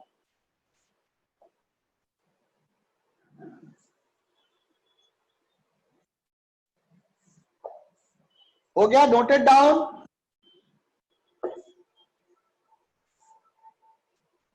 वो घटा बच गया एक मिनट। हाँ मैं अभी उसको नहीं मिटा रहा हूँ, है ना, वही एक जूम करके दिखाया था, यहाँ पे वो छोटा सा दिखता ना, इसीलिए मैंने जूम करके दिखाया था। यानी कि इस वाले ग्राफ में मैं बात करूं तो क्या था, ऐसा करके मैंने बनाया ना, तो बस यहाँ पर मैंने टेंजेंट ऐसे बना दिया, टेंजेंट ये रहा टेंजेंट आपका, ये चीज है, यही मैं दिखा रहा हूँ, पर यहाँ पे दिखेगा नहीं ना छोटे में, वही मैंने जूम करके बड़ा करके दिखाया है कि डेल्टा एक्स और डेल्टा एक्स और डी वाई है। सो लिख लो, if delta x tends to 0 then delta Y tends to 0 as well, है ना। जब हम एक्स में बहुत छोटा चेंज करेंगे, इनफिनिटेसिमली स्मॉल चेंज, तो डेल्टा वाई भी टेंड्स टू 0 हो जाएगा, एक्सेप्ट वन इन्फिनिटी वाले में, वर्टिकल लाइन में। वर्टिकल लाइन में तो नहीं होगा, वर्टिकल लाइन में अगर आप एक्स में थोड़ा भी चेंज करेंगे वाई इन्फिनिटी भाग जाएगा, पॉइंट का भी चेंज करेंगे तो वहां स्लोप इन्फिनिटी हो जाता है ना, तो वो भी डिफाइन हो जाएगा। तो उस केस में डेल्टा वाई टेंड्स टू 0 नहीं होता है, delta Y tends to infinity हो जाता है, तो उस केस में स्लोप अनडिफाइंड हो जाता है, समझ रहे हो, वर्टिकल वाले केस में, पैरेलल टू वाई एक्सिस वाले केस में। तो देखो, तो यहां पर क्या हो जाएगा, delta x tends to 0 then delta Y tends to 0 as well, है ना। Then we consider the rate of change in y with respect to x, the rate of change in y with respect to x आएगा limiting value of, limit क्या होता है हमें कोई मतलब नहीं है, बस लिमिट का मतलब समझ लीजिए, लिमिट का मतलब होता है किसी वैल्यू को अप्रोच करना, है ना, किसी भी वैल्यू को अप्रोच करना। तो डेल्टा एक्स और डेल्टा वाई किसको अप्रोच कर रहा है, 0 को अप्रोच कर रहा है, मतलब 0 की ओर रीच कर रहा है, बहुत छोटा हो जा रहा है ना। तो डिफाइन करने के लिए बस मैंने इस क्या है, this is a complete chapter in 11th as well as 12th, इस पे पूरा चैप्टर है बेटा, इसको हम लोग जानेंगे जब चैप्टर पढ़ेंगे, बस अभी जान लेते हैं। तो limiting value of delta Y by delta x when delta x tends to 0, limiting value of delta x when delta x tends to 0 is equal to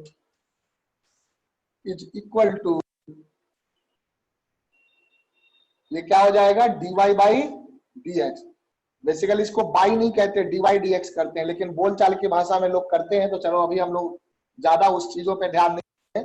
dy dx क्या पढ़ते हैं, इसको dy dx शॉर्ट में, वैसे क्या पढ़ते हैं, इसको पढ़ते हैं हम, how you read it, this is you read it differentiation of, this is also mathematical operation, dy dx differentiation of y with respect to x, क्या पढ़ते हैं इसको, differentiation of y with respect to x। अब देख लो, differentiation of y with respect to x का मतलब क्या हो जाएगा, इसका मतलब हो जाएगा rate of change in y with respect to x। कैसा rate of change, instantaneous rate of change, instantaneous एक इंस्टेंट पे, एक पार्टिकुलर पॉइंट पे, है ना। अभी इस पे हम लोग पूरा डिस्कशन करेंगे, इसी पे तो डिस्कशन चलेगा आज, अभी पहले लिख लीजिए, उसके बाद मैं समझाता हूं।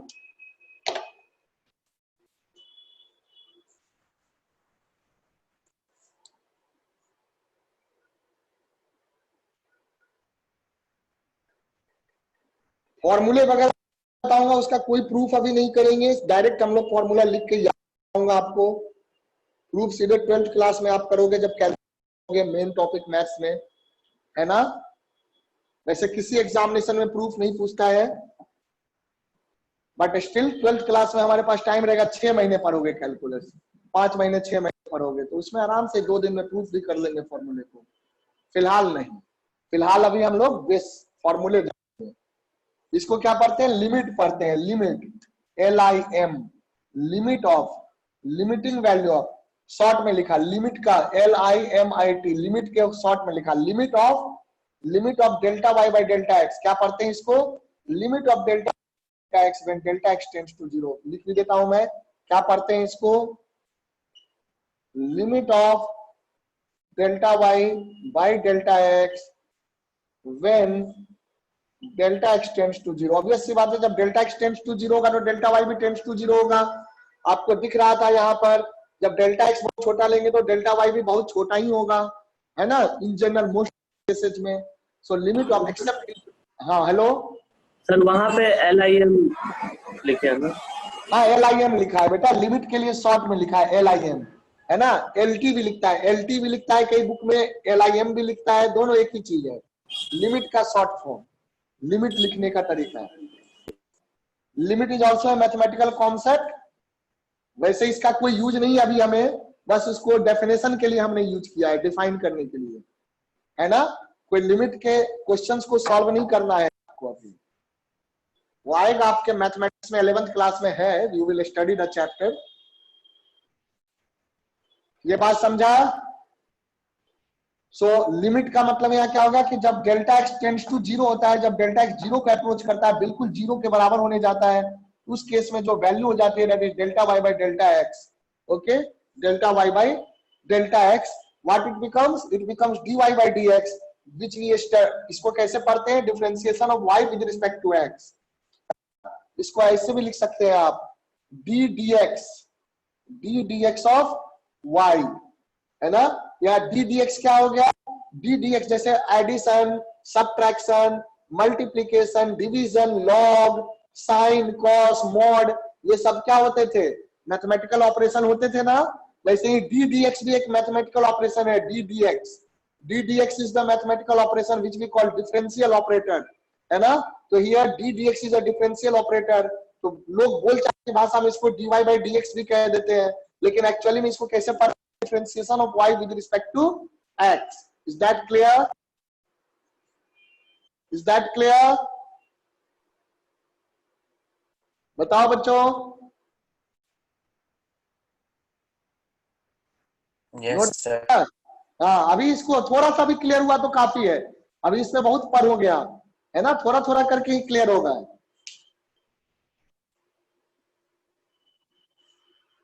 ओके, थोड़ा थोड़ा करके ही क्लियर होगा। तो जितनी बात मैं बता रहा हूं, जो मैं वर्ड्स बोल रहा हूं वो क्लियर करना है। इसकी पूरी हिस्ट्री, पूरी फ्यूचर क्लियर नहीं हो जाएगी एक बार में। ओके, थोड़ा थोड़ा करके क्लियर होगा। अभी मैं फिर से बताऊंगा तो फिर और क्लियर होगा, है ना। पहले 1%, फिर 2%, फिर 3%, फिर 10%, फिर 30%, फिर 90%, ऐसे होगा, है ना। शुरुआत में स्लो क्लियर होगा, फिर फास्टली क्लियर होगा। चलो देखो, यहां तक नोट हो गया? Yes sir. हाँ चलिए, अब मैं इसको समराइज करूंगा, उसके बाद फिर मेन कॉन्सेप्ट पे आएंगे। पहले मीनिंग समझ के उसके बाद मेन कॉन्सेप्ट पे आएंगे। मैं फॉर्मूले का लिस्ट भेजूंगा आज रात में आप लोग को, डिफरेंशिएशन के फॉर्मूले का लिस्ट आइडर भेज दूंगा, रात में ही भेज दूंगा, पड़ा हुआ। आइए देखिए what I had to do basically. चलिए ठीक है, तो डिफरेंशियल ऑपरेटर की मैं बात कर रहा था। डिफरेंशिएशन सब एक ही चीज है। डिफरेंशियल ऑपरेटर जैसे होता है प्लस, सब्ट्रैक्शन का माइनस, डिवीजन का बाई या डिवीजन, मल्टीप्लिकेशन का इनटू होता है, वैसे differential operator. So this is a new mathematical operation, है ना। मैंने आपको बताया था कि आप काफी मैथमेटिकल ऑपरेशंस भी 11th क्लास में पढ़ेंगे। लॉग के बारे में पढ़ा, है ना, मॉड के बारे में पढ़ा, sine x, cos x, these are also mathematical operation. Trigonometric mathematical relation, ratio, they are also mathematical operation. उसी तरह से डिफरेंशियल ऑपरेटर, इंटीग्रल ऑपरेटर। तो अभी डिफरेंशियल ऑपरेटर के बारे में आप पढ़ रहे हैं। डिफरेंशियल ऑपरेटर क्या होता है? अगर आप x के रिस्पेक्ट में, जिसके रिस्पेक्ट में डिफरेंशिएट करेंगे उसके रिस्पेक्ट में, है ना, तो d dx, तो d dx that is differentiation. इसको क्या पढ़ेंगे? Differentiation with respect to x। Differentiation with respect to x। अब हर जगह d dx नहीं होगा। अब मान लो टाइम के रिस्पेक्ट में, जैसे फिजिक्स में आएगा, फिजिक्स में पढ़ोगे ना तो वो रेट ऑफ चेंज देता है। ये क्या देता है? Instantaneous rate of change. अब इस पे हम बात करेंगे। जैसे आप अगर वेलोसिटी की बात करें तो वेलोसिटी होता है rate of change of displacement with respect to time, या rate of change of position vector with respect to time. तो वहां भी रेट ऑफ चेंज आता है ना, तो टाइम के रिस्पेक्ट में differentiate instantaneous velocity. Instantaneous word का क्या मतलब है ये भी हम लोग अभी डिस्कस करेंगे। तो जैसे अगर मैं कहता हूँ डी डी, हाँ बोलो, उसमें हम लोग किसका डिफरेंशिएशन ले रहे हैं, मतलब कि जैसे y डिफरेंशिएशन y। अच्छा ये बताओ, प्लस तो हम किसको जोड़ रहे हैं? अरे पहले लिखेंगे ना किसको जोड़ रहे हैं। ये ऑपरेटर है ना मेरा बच्चा, यस सर। ये तो ऑपरेटर है ना, किसको जोड़ रहे हैं? अगर मैं पूछूं ये क्या है तो आप क्या बोलेंगे? प्लस सिंबल है, it is a mathematical operator. Yes sir. Mathematical operator किसको जोड़ रहे हैं वो तो क्वेश्चन में पता चलेगा ना किसको जोड़ रहे हैं, है ना। अब जैसे मैं यहाँ y लिख दूं तो y को डिफरेंशिएट कर रहे हैं। मैं अगर मैं यहाँ देव लिख दूं तो देव को डिफरेंशिएट कर रहा हूं विद रिस्पेक्ट टू x, समझे? तो वो चीज है जिसको लिखेंगे ऑपरेटर के साथ जो भी होगा। यहां अगर मैं लिख दूं राम प्लस श्याम, है ना, तो राम में श्याम को जोड़ रहे हैं। अब कैसे जोड़ेंगे वो नहीं पता, लेकिन राम प्लस श्याम मतलब राम और श्याम को जोड़ दे रहे हैं, दोनों का हाथ पकड़ के बांध देंगे, है ना, वो चीज है। तो जो भी है तो क्या देना है वो डिपेंड करेगा ना। अब मैं यहाँ लिख रहा हूँ x प्लस वाई, मैं लिख रहा हूँ 2 प्लस 3 तो 2 plus 3, x plus 5 x plus 5, है ना बेटा, समझा? हाँ सर। हाँ वैसे ही यहाँ डी डी एक्स में क्या आएगा, तो डी जैसे डी डी टी है, डी डी टी अगर वेलोसिटी आ जाएगा तो डीवी बाई डी टी, यानी कि rate of change of velocity with respect to time क्या हो जाएगा? एक्सेलरेशन। आज पढ़ोगे आप लोग, है ना, अगली क्लास में पढ़ोगे। अगर डी डी टी है, टाइम है, मान लो टी इज रिप्रेजेंटिंग टाइम और यहाँ पे आ जाए आपका आर वेक्टर, तो ये आपका क्या हो जाएगा? वेलोसिटी हो जाएगा। Rate of change of position vector with respect to time क्या हो जाएगा? वेलोसिटी हो जाएगा, समझा?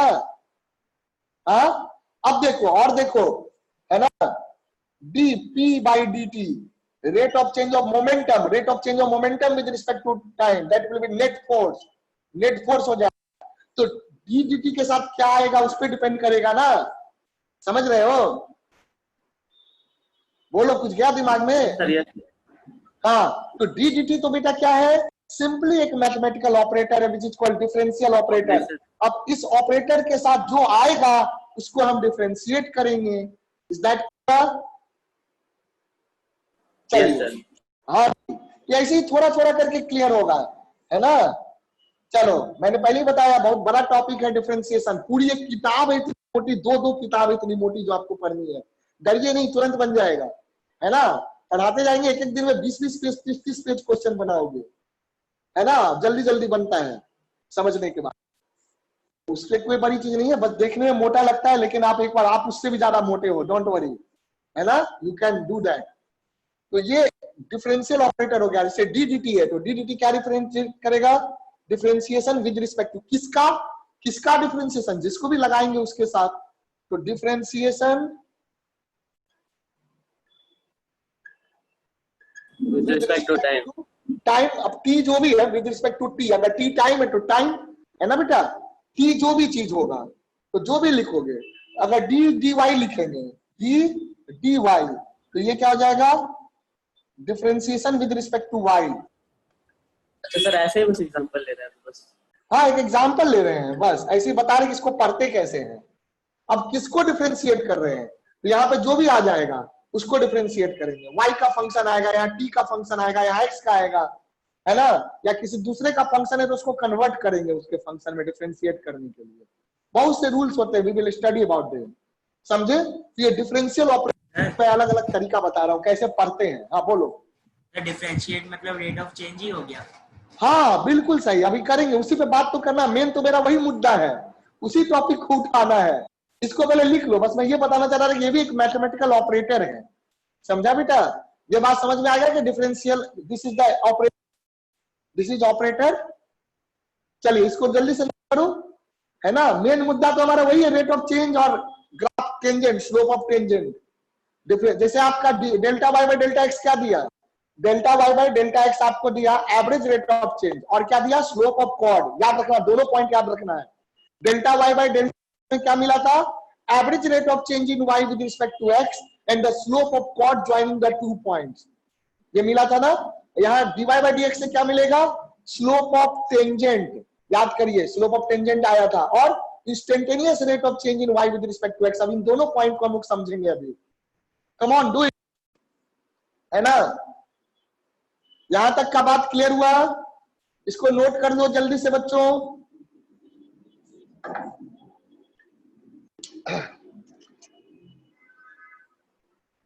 चलिए करिए इसको, जल्दी से करिए।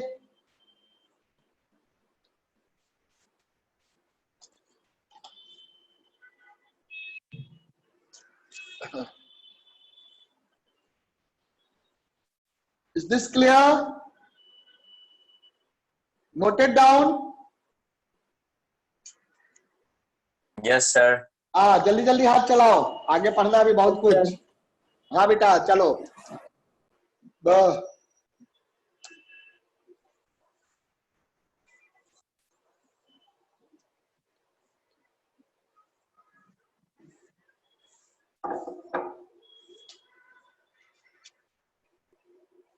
आइए। सर क्लास 11 बजे तक है। हाँ बेटा क्लास 11 बजे तक है। हाँ 2 घंटे की, मैंने कल ही बोला था आज ज्यादा क्लास लूंगा, बड़ा क्लास लूंगा मैथ्स का। 2 घंटे का क्लास है आज, 11:30 से फिजिक्स का, फिजिक्स 1.5 घंटे का होगा। तो देखो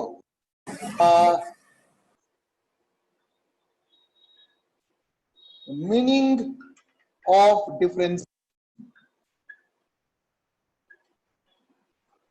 डिफरेंशिएशन, किस डिफरेंशिएशन का? dy by dx।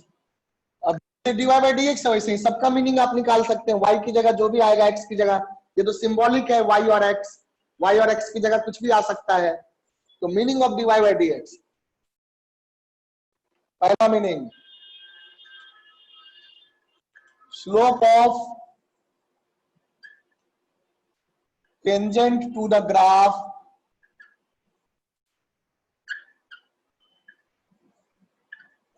of y equal to fx at any point p which is x comma y। अब x y की वैल्यू रख दोगे तो टेंजेंट की वैल्यू निकल जाएगी, है ना। डिफरेंशिएट हम जब भी करते हैं फंक्शन को करते हैं, याद रखिएगा, है ना। अभी हम लोग बात पे आएंगे। कांस्टेंट को डिफरेंशिएट करोगे तो कांस्टेंट का डिफरेंशिएशन 0 हो जाएगा, क्योंकि रेट ऑफ चेंज है ना। y इक्वल टू 2, तो y इक्वल टू 2 में रेट ऑफ चेंज क्या हो जाएगा? 0। 2 तो 2 है ना। वो आप ग्राफ से भी समझ जाएंगे, अभी डिस्कस करेंगे। Slope of tangent to the graph of y equal to fx at any point p equal to x comma y। पहला मीनिंग ये हुआ। इस मीनिंग को का जरा बना के मैं बनाकर भी बता दूं। मान लो ये कोई सर हाँ बोलो, एक बार रिकनेक्ट कर देना सर, दिख नहीं रहा था। हाँ करो ना बेटा, रिकनेक्ट कर दो जल्दी से। ये सबसे बड़ा प्रॉब्लम हम लोग का यही हो जाता है ऑनलाइन क्लास में, कनेक्शन का इशू हो जाता है कई बार।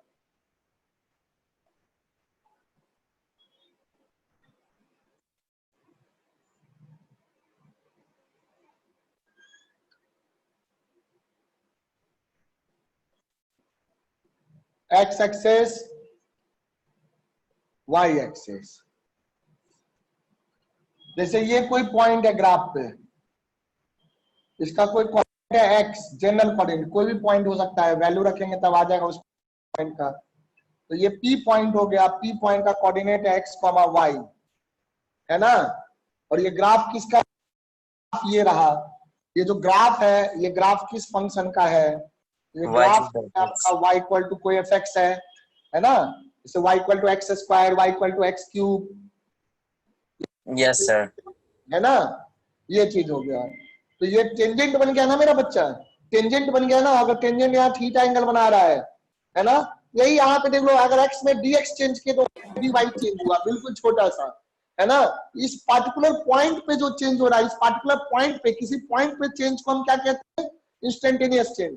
उसी पॉइंट पे अगर थोड़ा सा x में चेंज किए तो y में थोड़ा सा चेंज हुआ, तो जो रेट ऑफ चेंज होगा वो इंस्टेंटेनियस रेट ऑफ चेंज कहलाएगा, ठीक है। So rate of change at any point is called instantaneous rate of change. At any particular point for very small change we are taking. अगर हम very small change tending to 0 change के लिए rate of change देख रहे हैं तो उसको हम इंस्टेंटेनियस रेट ऑफ चेंज कहते हैं। अभी लिख लेंगे, है ना। यहाँ पर देख लो, यानी कि टेन थीटा, स्लोप क्या हो गया? Tan theta. तो dy बाई dx क्या देगा? टेन थीटा देगा। तो यहाँ पे slope of chord, slope of sorry tangent, हाँ एक्स में चेंज होगा तभी वो कहेंगे, अगर y में चेंज होगा तो नहीं कहेंगे क्या? बेटा हम फंक्शन किसको मान रहे हैं? बेटा फंक्शन किसको मान रहे हैं? बोलो, y को x का मान रहे हैं ना? ये बताओ, है ना? हमेशा याद रखिएगा, मैं लिखा दूंगा, डिपेंडेंट वेरिएबल को इंडिपेंडेंट के रिस्पेक्ट में डिफरेंशिएट करते हैं। समझा? जो जिसका फंक्शन है, ये बात मैं ऐसे हिंदी में लिखूंगा, जो जिसका फंक्शन है उसको उसी के रिस्पेक्ट में डिफरेंशिएट करते हैं। यहाँ y x का फंक्शन है बेटा, तो y को x के रिस्पेक्ट में डिफरेंशिएट करेंगे।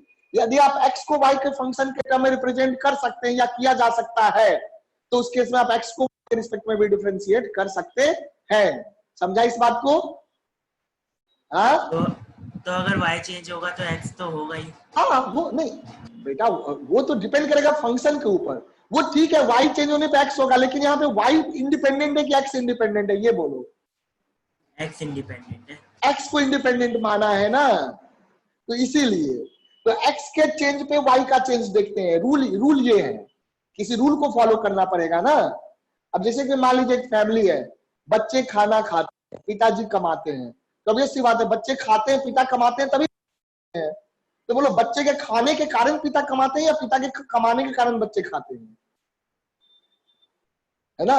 तो पिताजी अर्निंग करते हैं तो बच्चे खाना खाते हैं। तो इंडिपेंडेंट वेरिएबल कौन हो गया? Your father is the independent variable because he is earning. है ना? वो जितना अच्छा कमाएंगे आप उतना अच्छा खाना खाएंगे। है ना? आप उल्टा भी कह सकते हैं, यानी कि अगर हम घर में काफी अच्छा खाना खाते हैं, इसका मतलब मेरे पापा अच्छा कमाते हैं। ये बात तो ठीक है, लेकिन इंडिपेंडेंट कौन है ना? ऐसा नहीं है कि आप रोज अगर शाही भोज खाएंगे तो आपके पापा करोड़पति बन जाएंगे, ऐसा नहीं है। है ना? सीधी सी बात है, आपके खाने के कारण आपके पापा करोड़पति नहीं बनेंगे। आपके पापा करोड़पति है तो आप रोज अच्छा खाना खाएंगे। है ना? लेकिन दोनों एक दूसरे को रिप्रेजेंट करता है ना। बोलो, वही चीज यहाँ पे भी कुछ वैसा ही है कि y is dependent on x, y is dependent on x।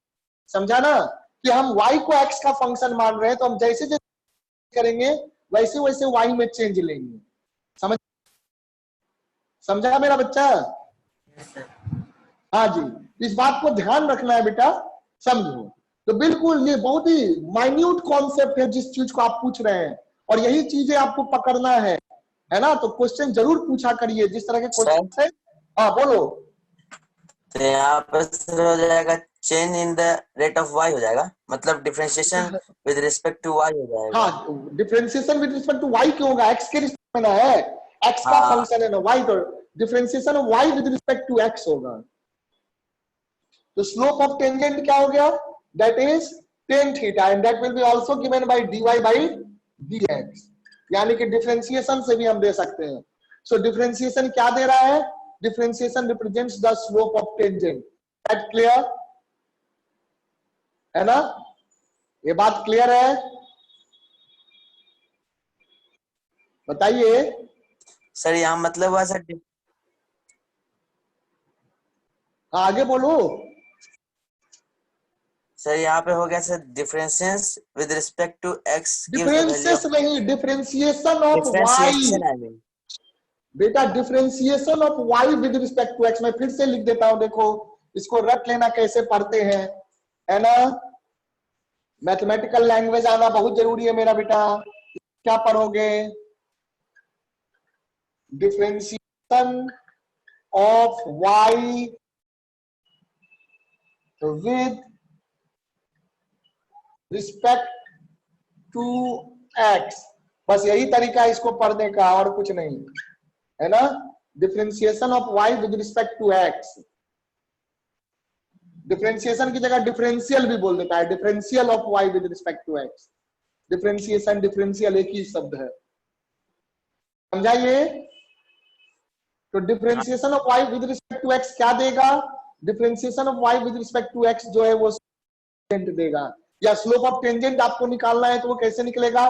Differentiation से भी निकल सकता है। आप कहोगे टेन थीटा से भी तो निकल सकता है, बिल्कुल निकल सकता है, लेकिन टेन थीटा से कहां निकलेगा? जहां ग्राफ दिया रहेगा, थीटा दिया रहेगा, वहां ना। फंक्शन को तो डिफरेंशिएट करके ही ना निकालोगे, है ना? एग्जाम्पल लूंगा अभी, पहले ऐसे देखो, एग्जाम्पल लेके भी समझाएंगे, है ना? अभी तो 3 क्लास कम से कम पढ़ाएंगे ये सारा चीज। वरी अबाउट दैट, पहले जो समझा रहे हैं उसको समझो। यहां तक हो गया? तो सर हाँ बोलो। सर अगर वो y फंक्शन x फंक्शन होगा y का, हाँ तो x को y के रिस्पेक्ट में डिफरेंशिएट करोगे तो tan थीटा तो तब भी वही लिखा जाएगा ना, differentiation of y with respect to x, क्योंकि नहीं बेटा अगर x अगर y का फंक्शन होगा, याद करिए पुरानी चीजें, हॉरिजॉन्टल एक्सिस पे किसको रिप्रेजेंट करते हैं? इंडिपेंडेंट वेरिएबल को। अगर x y का फंक्शन है तो ऐसे ग्राफ बनाओगे ना, y और x। तो मैंने x के रिस्पेक्ट में कहा, मैंने क्या कहा था? थीटा किससे, पहले सुनो मेरी इस बात को सुनो, है ना, थीटा किसके साथ एंगल है? पॉजिटिव x के साथ। कब? जब x आपका इंडिपेंडेंट है। अगर y इंडिपेंडेंट होगा तो किससे एंगल लेंगे? y के साथ ले लेंगे, y के साथ लेंगे एंगल, सीधी सी बात है ना बेटा? y और x तो रिप्रेजेंटेटिव है। अगर मैं कहूंगा, ऐसे में लिख रहा हूं dv by dt, अगर dv by dt लिख रहा हूं, आप वहां y क्या x का है? यहाँ y और x तो कुछ भी नहीं है, y x तो रिप्रेजेंटेटिव है। आप x को y बना दो, y को x बना दो, हम दिया है ना उसको, समझा? Yes sir. हाँ बेटा, हम शॉर्ट में लिखते यूज कर लिया। मैं बार बार इतना लंबा लाइन अगर लिखूंगा तो देखो क्या होगा, बहुत टाइम लगेगा लिखने में, इसलिए शॉर्ट में नाम y और x दे दिया। एक्चुअल में क्या है, आप कहोगे कि टेंजेंट का एंगल किसके साथ है? The theta is the angle made by the tangent, theta is the angle made by the tangent with the positive direction of the independent variable, is the positive direction of independent variable in the graph of dependent variable with respect to independent variable। इतना लंबा बोलना पड़ रहा है, इसलिए short में हमने बोला कि y is a function of x। मैंने क्या लिख दिया? y is a function of x। इसका मतलब हो गया कि y डिपेंडेंट है और x इंडिपेंडेंट है ना? समझा सुजल? हाँ, अब अगर x इज अ फंक्शन ऑफ y होगा तो यहाँ y होगा, यहाँ x होगा, फिर उसके हिसाब से देखोगे। p इज अ फंक्शन ऑफ q होगा तो p फंक्शन है q का, तो यहाँ q होगा, यहाँ p होगा। नाम तो कुछ भी दे सकते हो ना। अब क्लियर है? बताइए। हाँ जी, चलिए करो। y और x तो सिर्फ रिप्रेजेंटेटिव नाम है बेटा, रिप्रेजेंट कर रहे हैं, है ना? अब जैसे मैथ्स में क्वेश्चन आएगा, change in volume with height, तो वॉल्यूम को v से लिखोगे, हाइट को h से लिखोगे, तो क्या करोगे? dv by dh। क्या करोगे? dv by dh। तो यहाँ y और x कुछ भी नहीं है, तो वो चीज है। y और x तो बस रिप्रेजेंटेटिव है, जैसे आप करते हैं ना, हाँ, a प्लस b का होल स्क्वायर करते हैं, उसी तरह। हाँ बोलो बेटा। तो एंगल जो इंडिपेंडेंट है उसके अकॉर्डिंग लेना है हमको हमेशा। हाँ, एंगल इंडिपेंडेंट के पॉजिटिव साइड से लेते हैं, बिल्कुल। इंडिपेंडेंट वेरिएबल के पॉजिटिव साइड से एंगल लेते हैं, ये बात ध्यान रखो सब कोई। यस सर, है ना? चलो आगे बढ़े, नोट कर लिया इसको? यहाँ पे हाँ नोट कर लीजिए, यहाँ जहां भी मैं मेंशन कर रहा हूँ y आपका डिपेंडेंट और x इंडिपेंडेंट, मैंने शुरू में ही लिखा दिया था, याद करो। शुरू में मैंने लिखा था ना कि y जो फंक्शन, y को क्या मान रहा हूँ? डिपेंडेंट वेरिएबल, और x को क्या मान रहा हूँ? Independent variable. याद आ रहा है ना? लिखा था ना डिपेंडेंट वेरिएबल और इंडिपेंडेंट वेरिएबल। मैं उसी कॉन्टेक्स्ट में सारे डिस्कशन को कर रहा हूं।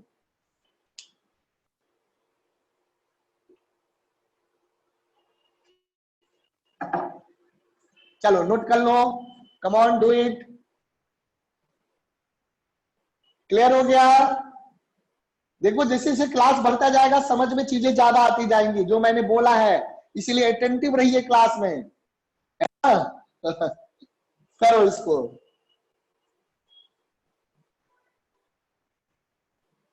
एक कहावत है ना, ये कैलकुलस नहीं आसान, बस आग का तैर कर जाना है ना? सुना है ना? ये कैलकुलस नहीं आसान, बस एक आग का दरिया है और तैर कर जाना है। तो कैलकुलस के लिए भी ऐसी हम बातें बोल सकते हैं, लेकिन आपके लिए आग का दरिया नहीं है ये। अगर आग का दरिया है then I am there to save you, don't worry. Okay, हर एक कॉन्सेप्ट को सीख कर आगे बढ़ेंगे तो आप बिल्कुल सीख जाएंगे।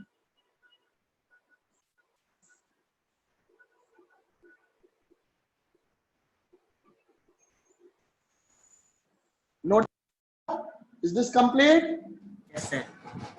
ओके मेरे बच्चों, देखो तो फर्स्ट मीनिंग मैंने बोला, इसको दिमाग में बैठा लो, आज अच्छे से इसको याद करना। इस लेक्चर को मैं भेजूंगा और अच्छे से इसको बार बार देख करके समझने की कोशिश करो। Slope of tangent to the graph of y equal to fx, तो obviously y is dependent variable and x is independent variable. तब मैं बोल रहा हूं at a point t equal to x, y, x is independent and y is dependent, तो वो हो गया है ना। तो वो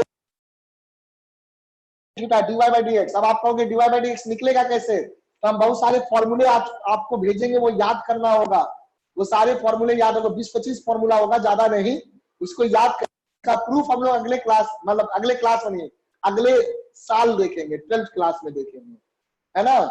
दो चार प्रूफ की तो जरूरत ही नहीं है, छोड़ो आगे बढ़ जाओ, समझ जाओगे आपके यहाँ सर, ठीक है, वही चीज है, बस आपके समझने के लिए प्रूफ हम कर सकते हैं वहां पर, बाकी आप कहोगे हम खुद ही कर लेंगे प्रूफ। फिलहाल हम प्रूफ, हम मैथमेटिकल कॉन्सेप्ट पे ध्यान देंगे। देखिए, तो मीनिंग ऑफ डिफरेंशिएशन में पहला मीनिंग हमने जाना slope of tangent to the graph, slope of tangent to the graph y equal to fx at any point x, y। दूसरा मीनिंग भी हमारे लिए इंपॉर्टेंट है, ये दोनों मीनिंग हमारे लिए इंपॉर्टेंट है, मैथ्स में, फिजिक्स में, केमिस्ट्री में, हर जगह यूज होता है। Okay,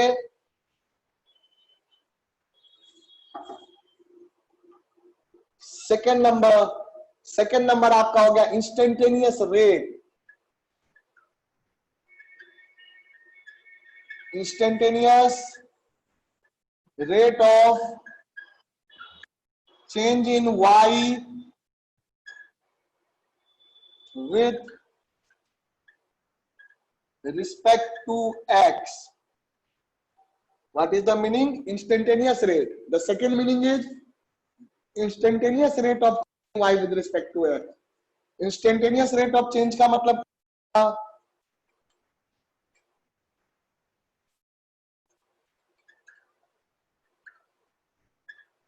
instantaneous rate of change का मतलब हो गया in y with respect to x का मीनिंग क्या हो गया, ये लिखो। ये तो आपका dy by dx का मीनिंग है, इसका मीनिंग क्या हो जाता है इंस्टेंटेनियस रेट ऑफ चेंज, इसका मतलब हो गया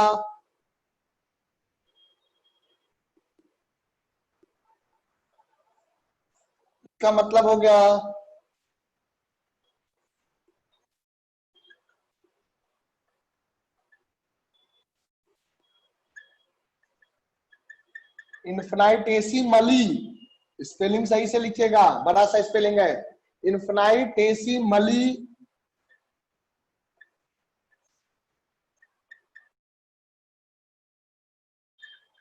change in y upon corresponding, है ना, due to infinitesimally change, infinitesimally small change in y upon, ऐसे ही लिख लो,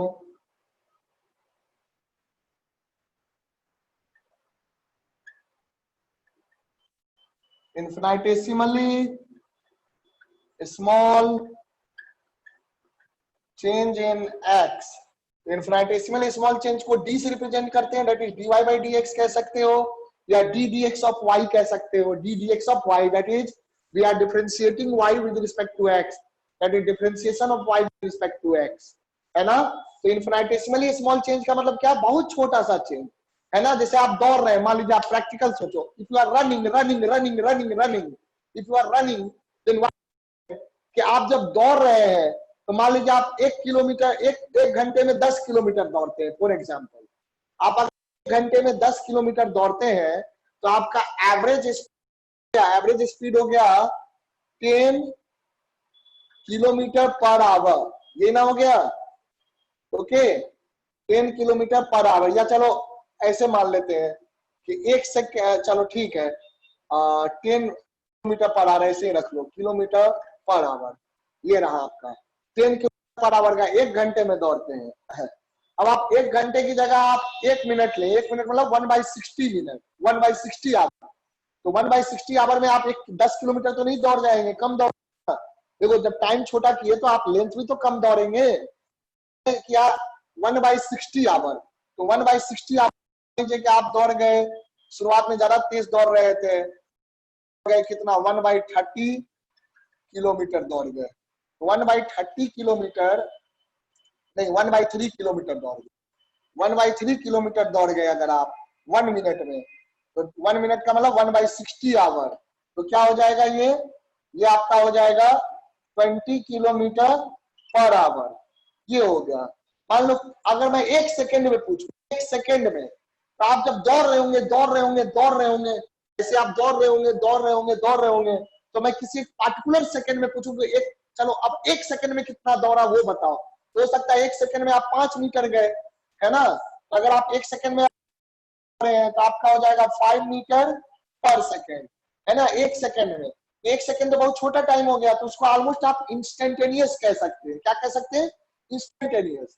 कि आप जब दौड़ रहे थे तो जब 10 मिनट हुआ था, उस 10 मिनट पे, या मान लो जब 2 मिनट हुआ था, तो उस 2 मिनट पे मैंने पूछा कि अच्छा जब 2 मिनट आपका पूरा हो जाएगा, उस मोमेंट पे आपकी क्या स्पीड होगी। समझ रहे हैं? उस पार्टिकुलर इंस्टेंट पे क्या स्पीड होगी। पक्का इक्वल टू 2 मिनट पे, यानी कि 2 मिनट पे इंस्टेंटेनियस स्पीड निकालना चाहते हैं तो आप क्या करेंगे? 2 मिनट और 2 मिनट 1 सेकंड में देखेंगे कि अगले 1 सेकंड में आप कितना दौड़ गए, या उससे भी छोटा टाइम देखेंगे 0.1 सेकंड में आप कितना दौड़ गए। तो आप जितना डिस्टेंस दौड़े होंगे उसको आप उस टाइम इंटरवल से, स्मॉल टाइम इंटरवल से डिवाइड कर देंगे। तो that will give you instantaneous rate of change in y with respect to x, या instantaneous rate of change of this length upon time, है ना बेटा। तो वो चीज है इंस्टेंटेनियस। तो इंस्टेंटेनियस में क्या होता है? Infinitesimally small change in y upon infinitesimally small change in x। Okay, तो मान लो 5 मीटर पर सेकंड हो गया, तो 5 मीटर पर सेकंड में आप उसको 18/5 से कर दीजिए तो ऑलमोस्ट 18 किलोमीटर पर आवर हो जाएगा, है ना। अलग अलग समय पर अलग अलग स्पीड। मान लो आपका एवरेज स्पीड अगर 10 किलोमीटर पर आवर है, इसका मतलब ये तो नहीं कि आप 10 किलोमीटर पर आवर से हर जगह दौड़ रहे हैं। बताओ ये बात समझ रहे हैं? अगर मान लीजिए आप 1 घंटे दौड़ते हैं और 1 घंटे में 10 किलोमीटर दौड़ते हैं, तो क्या हर समय आपकी स्पीड 10 किलोमीटर पर आवर की थी? जरूरी है? हो सकता है कहीं पे स्लो दौड़ रहे हो, कहीं पे तेज दौड़ रहे हो, कहीं पे रुक गए हो 2 मिनट के लिए, बीच में आपको चाय मिल रहा हो, आपको अगर थक गए होंगे, आपको मन का 2 मिनट रुक के चाय पी ले, तो चाय जहां पे पी रहे होंगे क्या होगा बोलो? वहां पर आपको स्पीड 0 होगा। लेकिन फिर से दौड़ना शुरू किए तो पूरे 1 घंटे में आपने 10 किलोमीटर का डिस्टेंस ट्रेवल किया।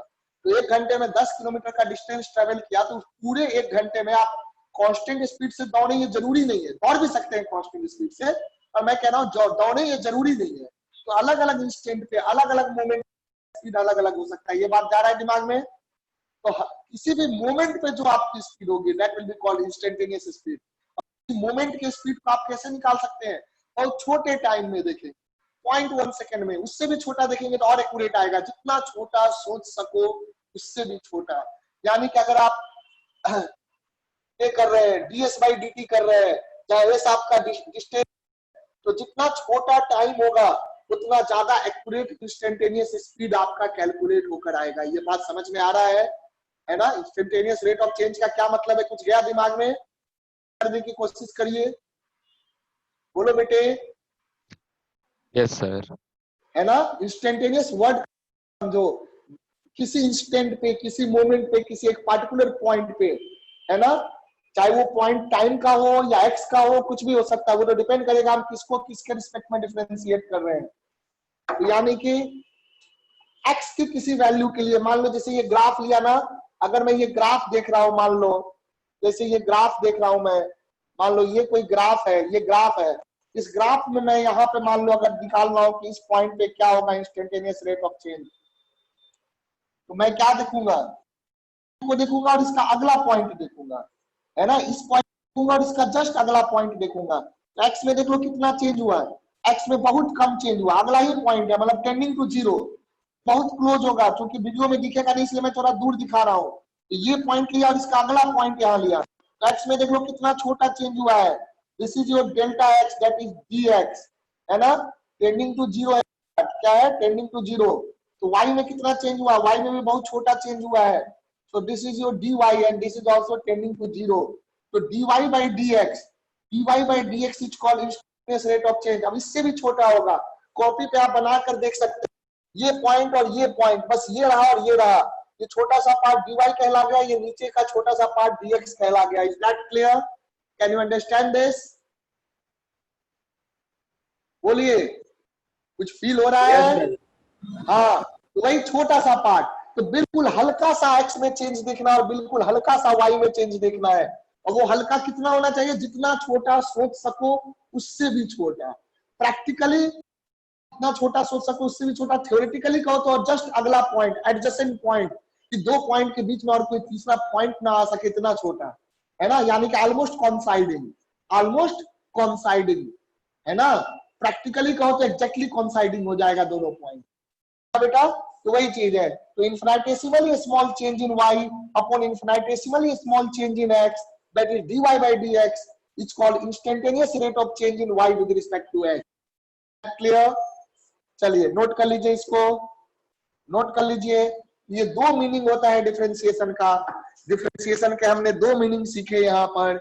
एक सीखा हमने slope of tangent at any point x, y, दूसरा हमने सीखा instantaneous rate of change in y with respect to x।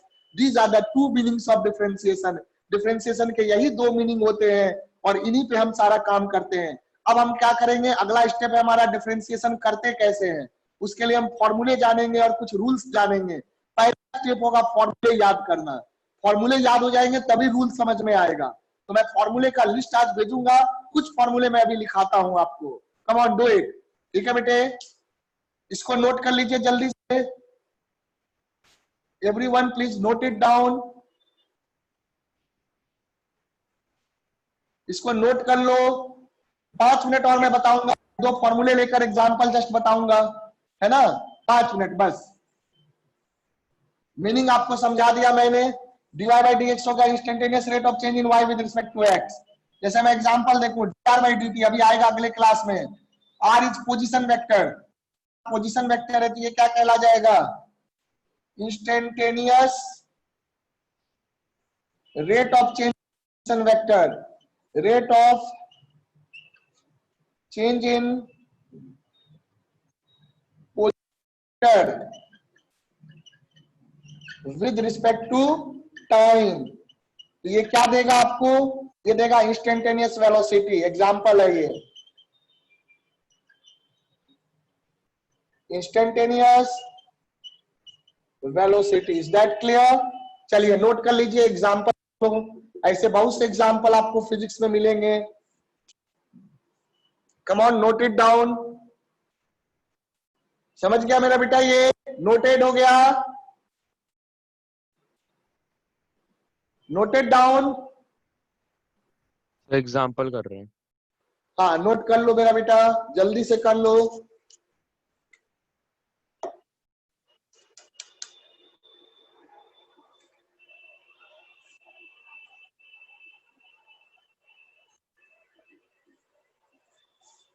फॉर्मूले का जो भी मैं लिस्ट भेजूंगा वो सारे फॉर्मूले आपको याद होने चाहिए परमानेंटली।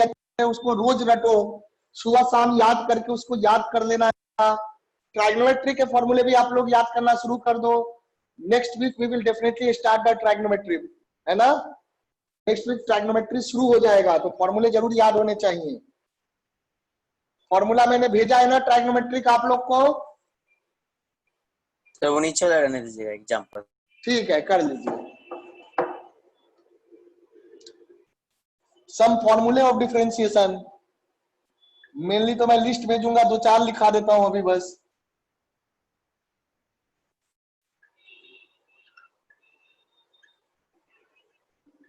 सम फॉर्मूले of differentiation.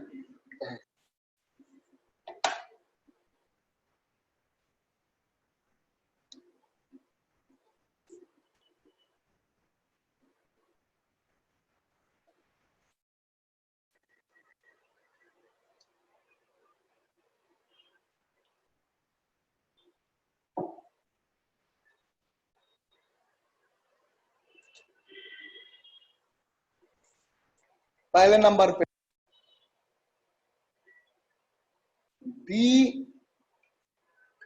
dx of constant. किसी भी कांस्टेंट का डिफरेंशिएशन क्या होगा, सोच के बताओ। कांस्टेंट का डिफरेंशिएशन, डिफरेंशिएशन का मीनिंग होता है रेट ऑफ चेंज। कांस्टेंट का डिफरेंशिएशन क्या हो जाएगा, रेट ऑफ चेंज। बिल्कुल सही, कांस्टेंट का डिफरेंशिएशन 0 हो जाएगा। जरा सोच के देखो, स्लोप ऑफ टेंजेंट से भी सोच के देखो मेरा बेटा। लेता हूं इधर y और इधर लेता हूं x, अब मैं बना y इक्वल टू 2, कोई भी कांस्टेंट ले लो, कोई जरूरी नहीं कि 2, फॉर एग्जांपल के लिए ले रहा हूं y इक्वल टू 2, तो y इक्वल टू 2 ले लूं, तो slope of tangent y equal to 2 line हो गया, इस लाइन के किसी भी पॉइंट पे टेंजेंट बनाओगे तो यही लाइन आएगा ना, स्ट्रेट लाइन के ऊपर टेंजेंट बनाने पे ये स्ट्रेट लाइन आता है, समझ रहे हो? किसी भी स्ट्रेट लाइन पे टेंजेंट बनाओगे तो वही लाइन आएगा, इस पॉइंट पे इस पे टेंजेंट बनाओ यही बनेगा। तो अगर मैं कोई भी 2 पॉइंट ले लूं, मान लो 2 पॉइंट ले लूं, मान लो मैंने ले लिया x इक्वल टू 1 और x इक्वल टू 3.2, कुछ भी ले लो, इसलिए मैं कोई भी पॉइंट ले लिया x equal to 1, x equal to 3.2, तो स्लोप ऑफ टेंजेंट, इसी ये लाइन खुद ही अपने आप पे टेंजेंट होगा। Any straight line is tangent to itself at any of its point, any straight line is tangent to itself any of its point. तो यहाँ पे आप स्लोप देखेंगे तो स्लोप क्या आ जाएगा, y2 माइनस y1, y2 और y1 दोनों की वैल्यू 2 है, तो 2 माइनस 2 डिवाइडेड बाई 3.2 माइनस 1, यानी कि 0 आ गया, स्लोप ऑफ टेंजेंट 0 आ गया, स्लोप 0 हो गया, this implies dy by will be 0 अगर y इक्वल टू 2 है, समझे? तो y इक्वल टू कुछ भी हो, कांस्टेंट अगर है, y अगर sin 30 है तो sin 30 क्या होता है 1/2, तो sin 30 का भी डिफरेंशिएशन 0 होगा, है ना? तो उस तरह से आप देख सकते हैं। तो एग्जांपल भी आपको मैंने समझा दिया, चलो नोट कर लेना कि कांस्टेंट का डिफरेंशिएशन 0 होता है। एक दो फॉर्मूले और लिख लेते है ना।